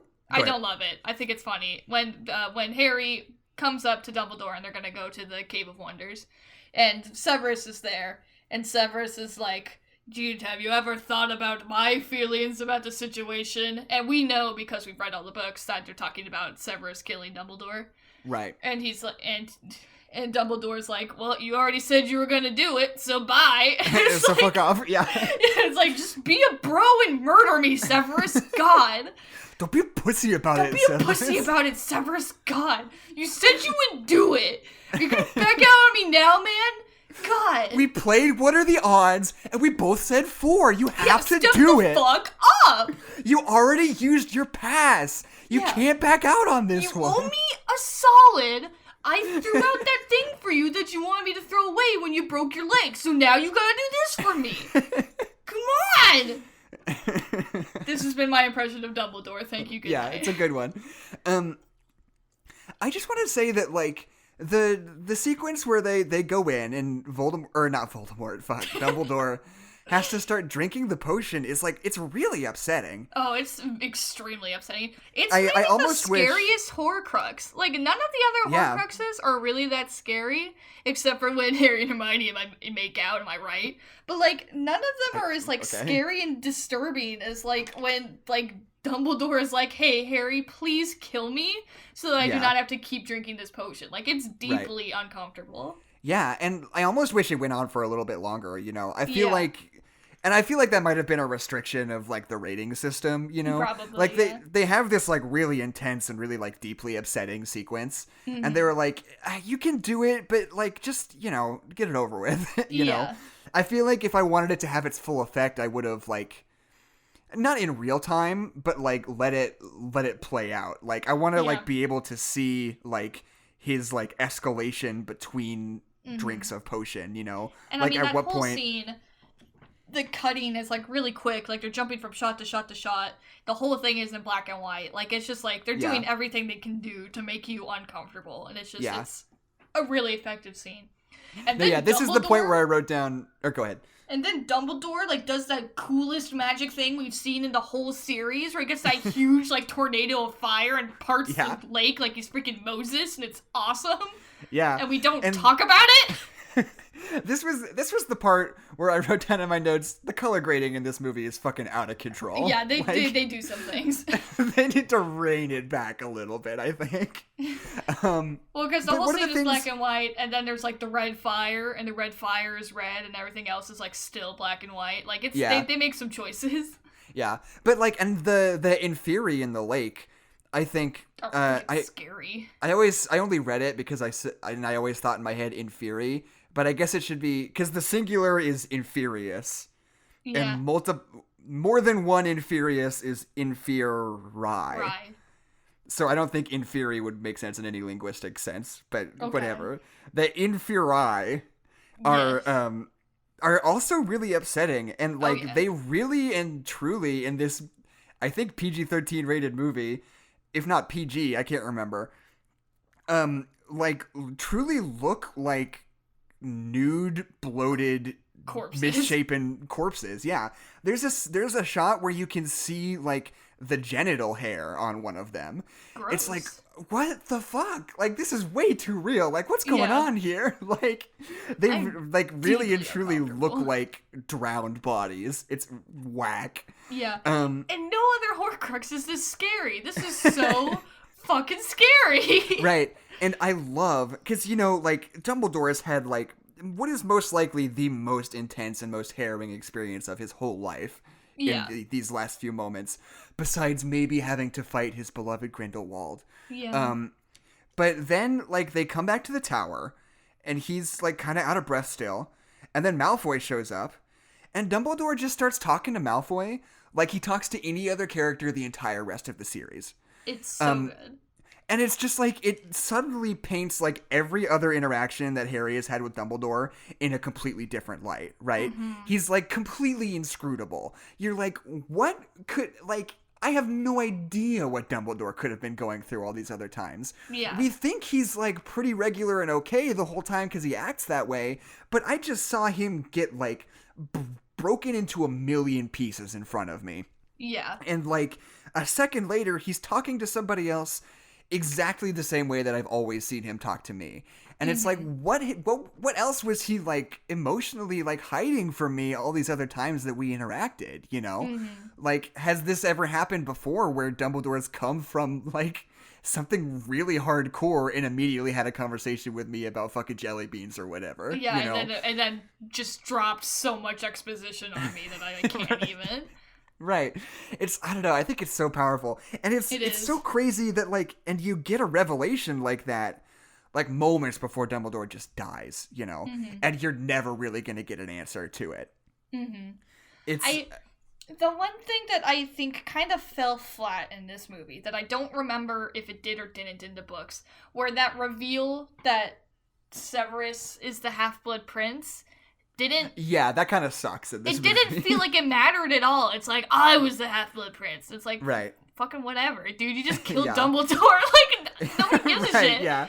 And it's like nobody was even asking when he says it, you know? Well, I really like the moment where Harry uses that spell on Snape, because he knows what it does, and he is genuinely trying to hurt Snape. I really like that.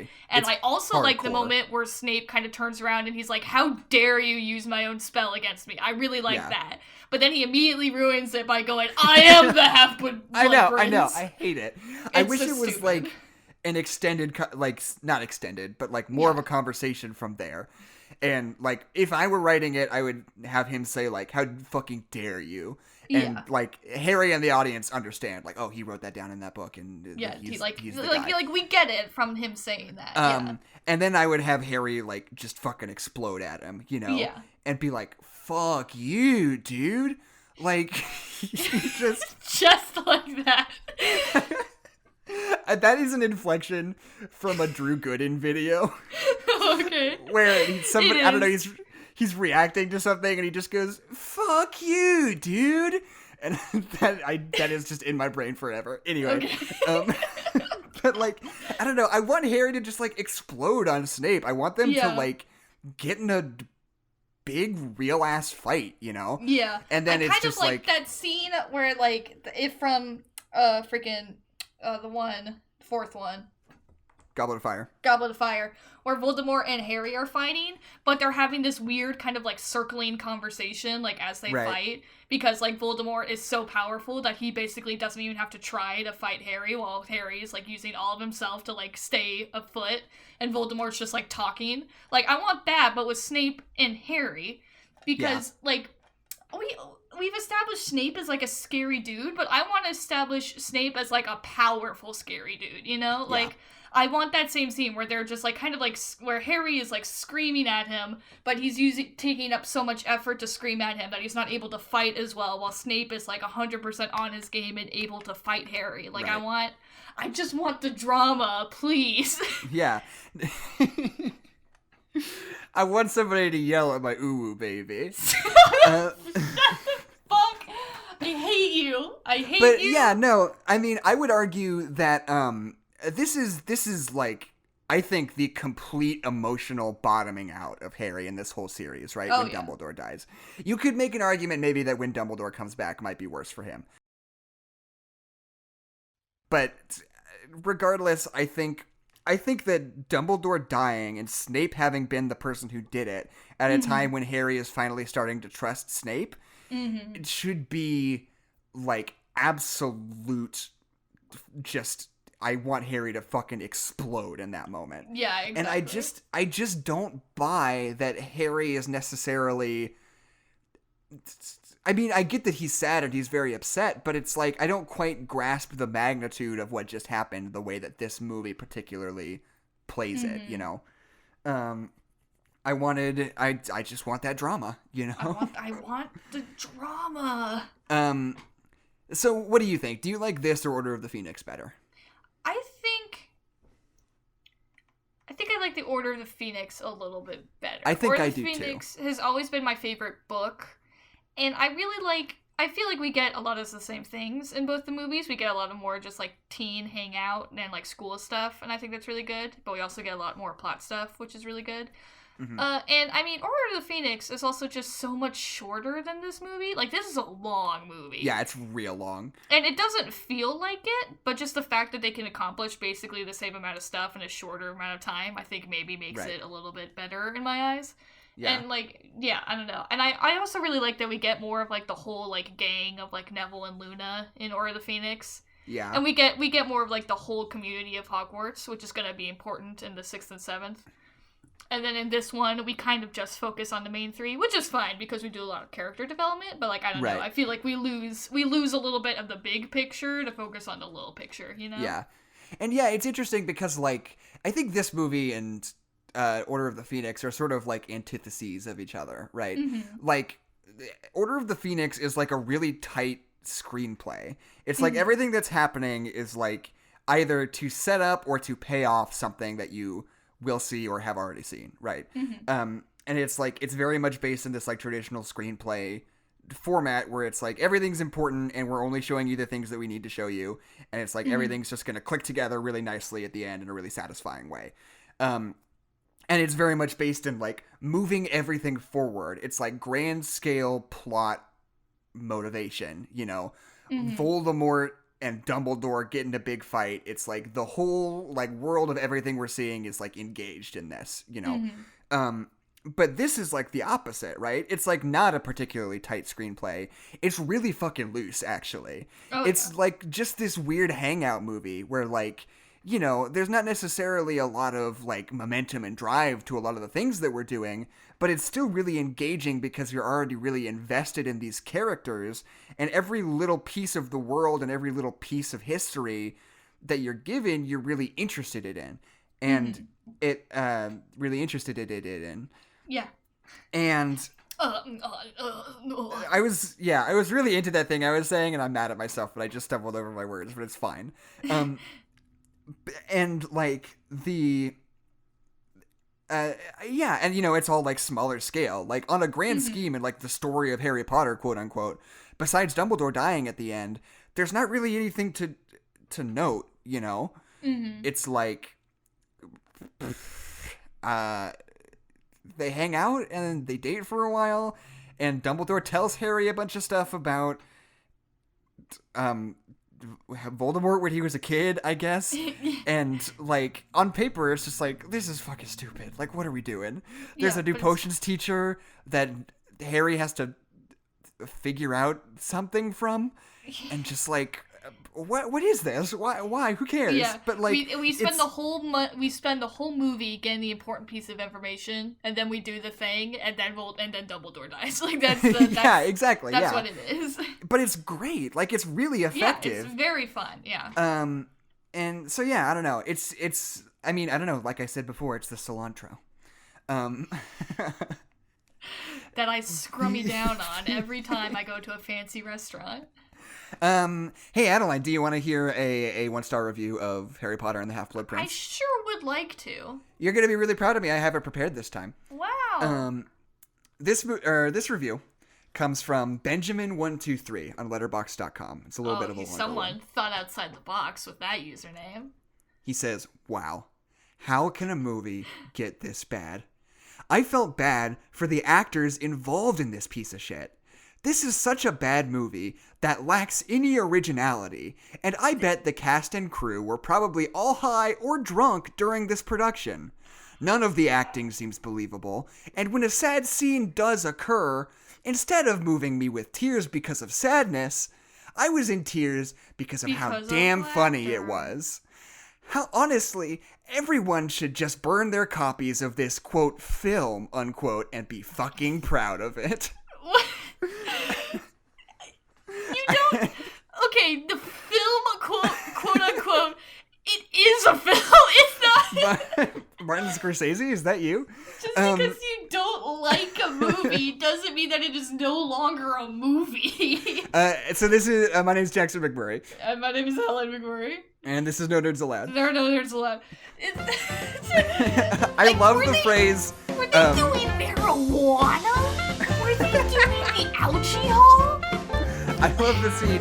And when a sad scene does occur, instead of moving me to tears because of sadness, like, this fucking guy always exists. There's always one of them. He's like, I think it's funny when Dumbledore dies. I'm so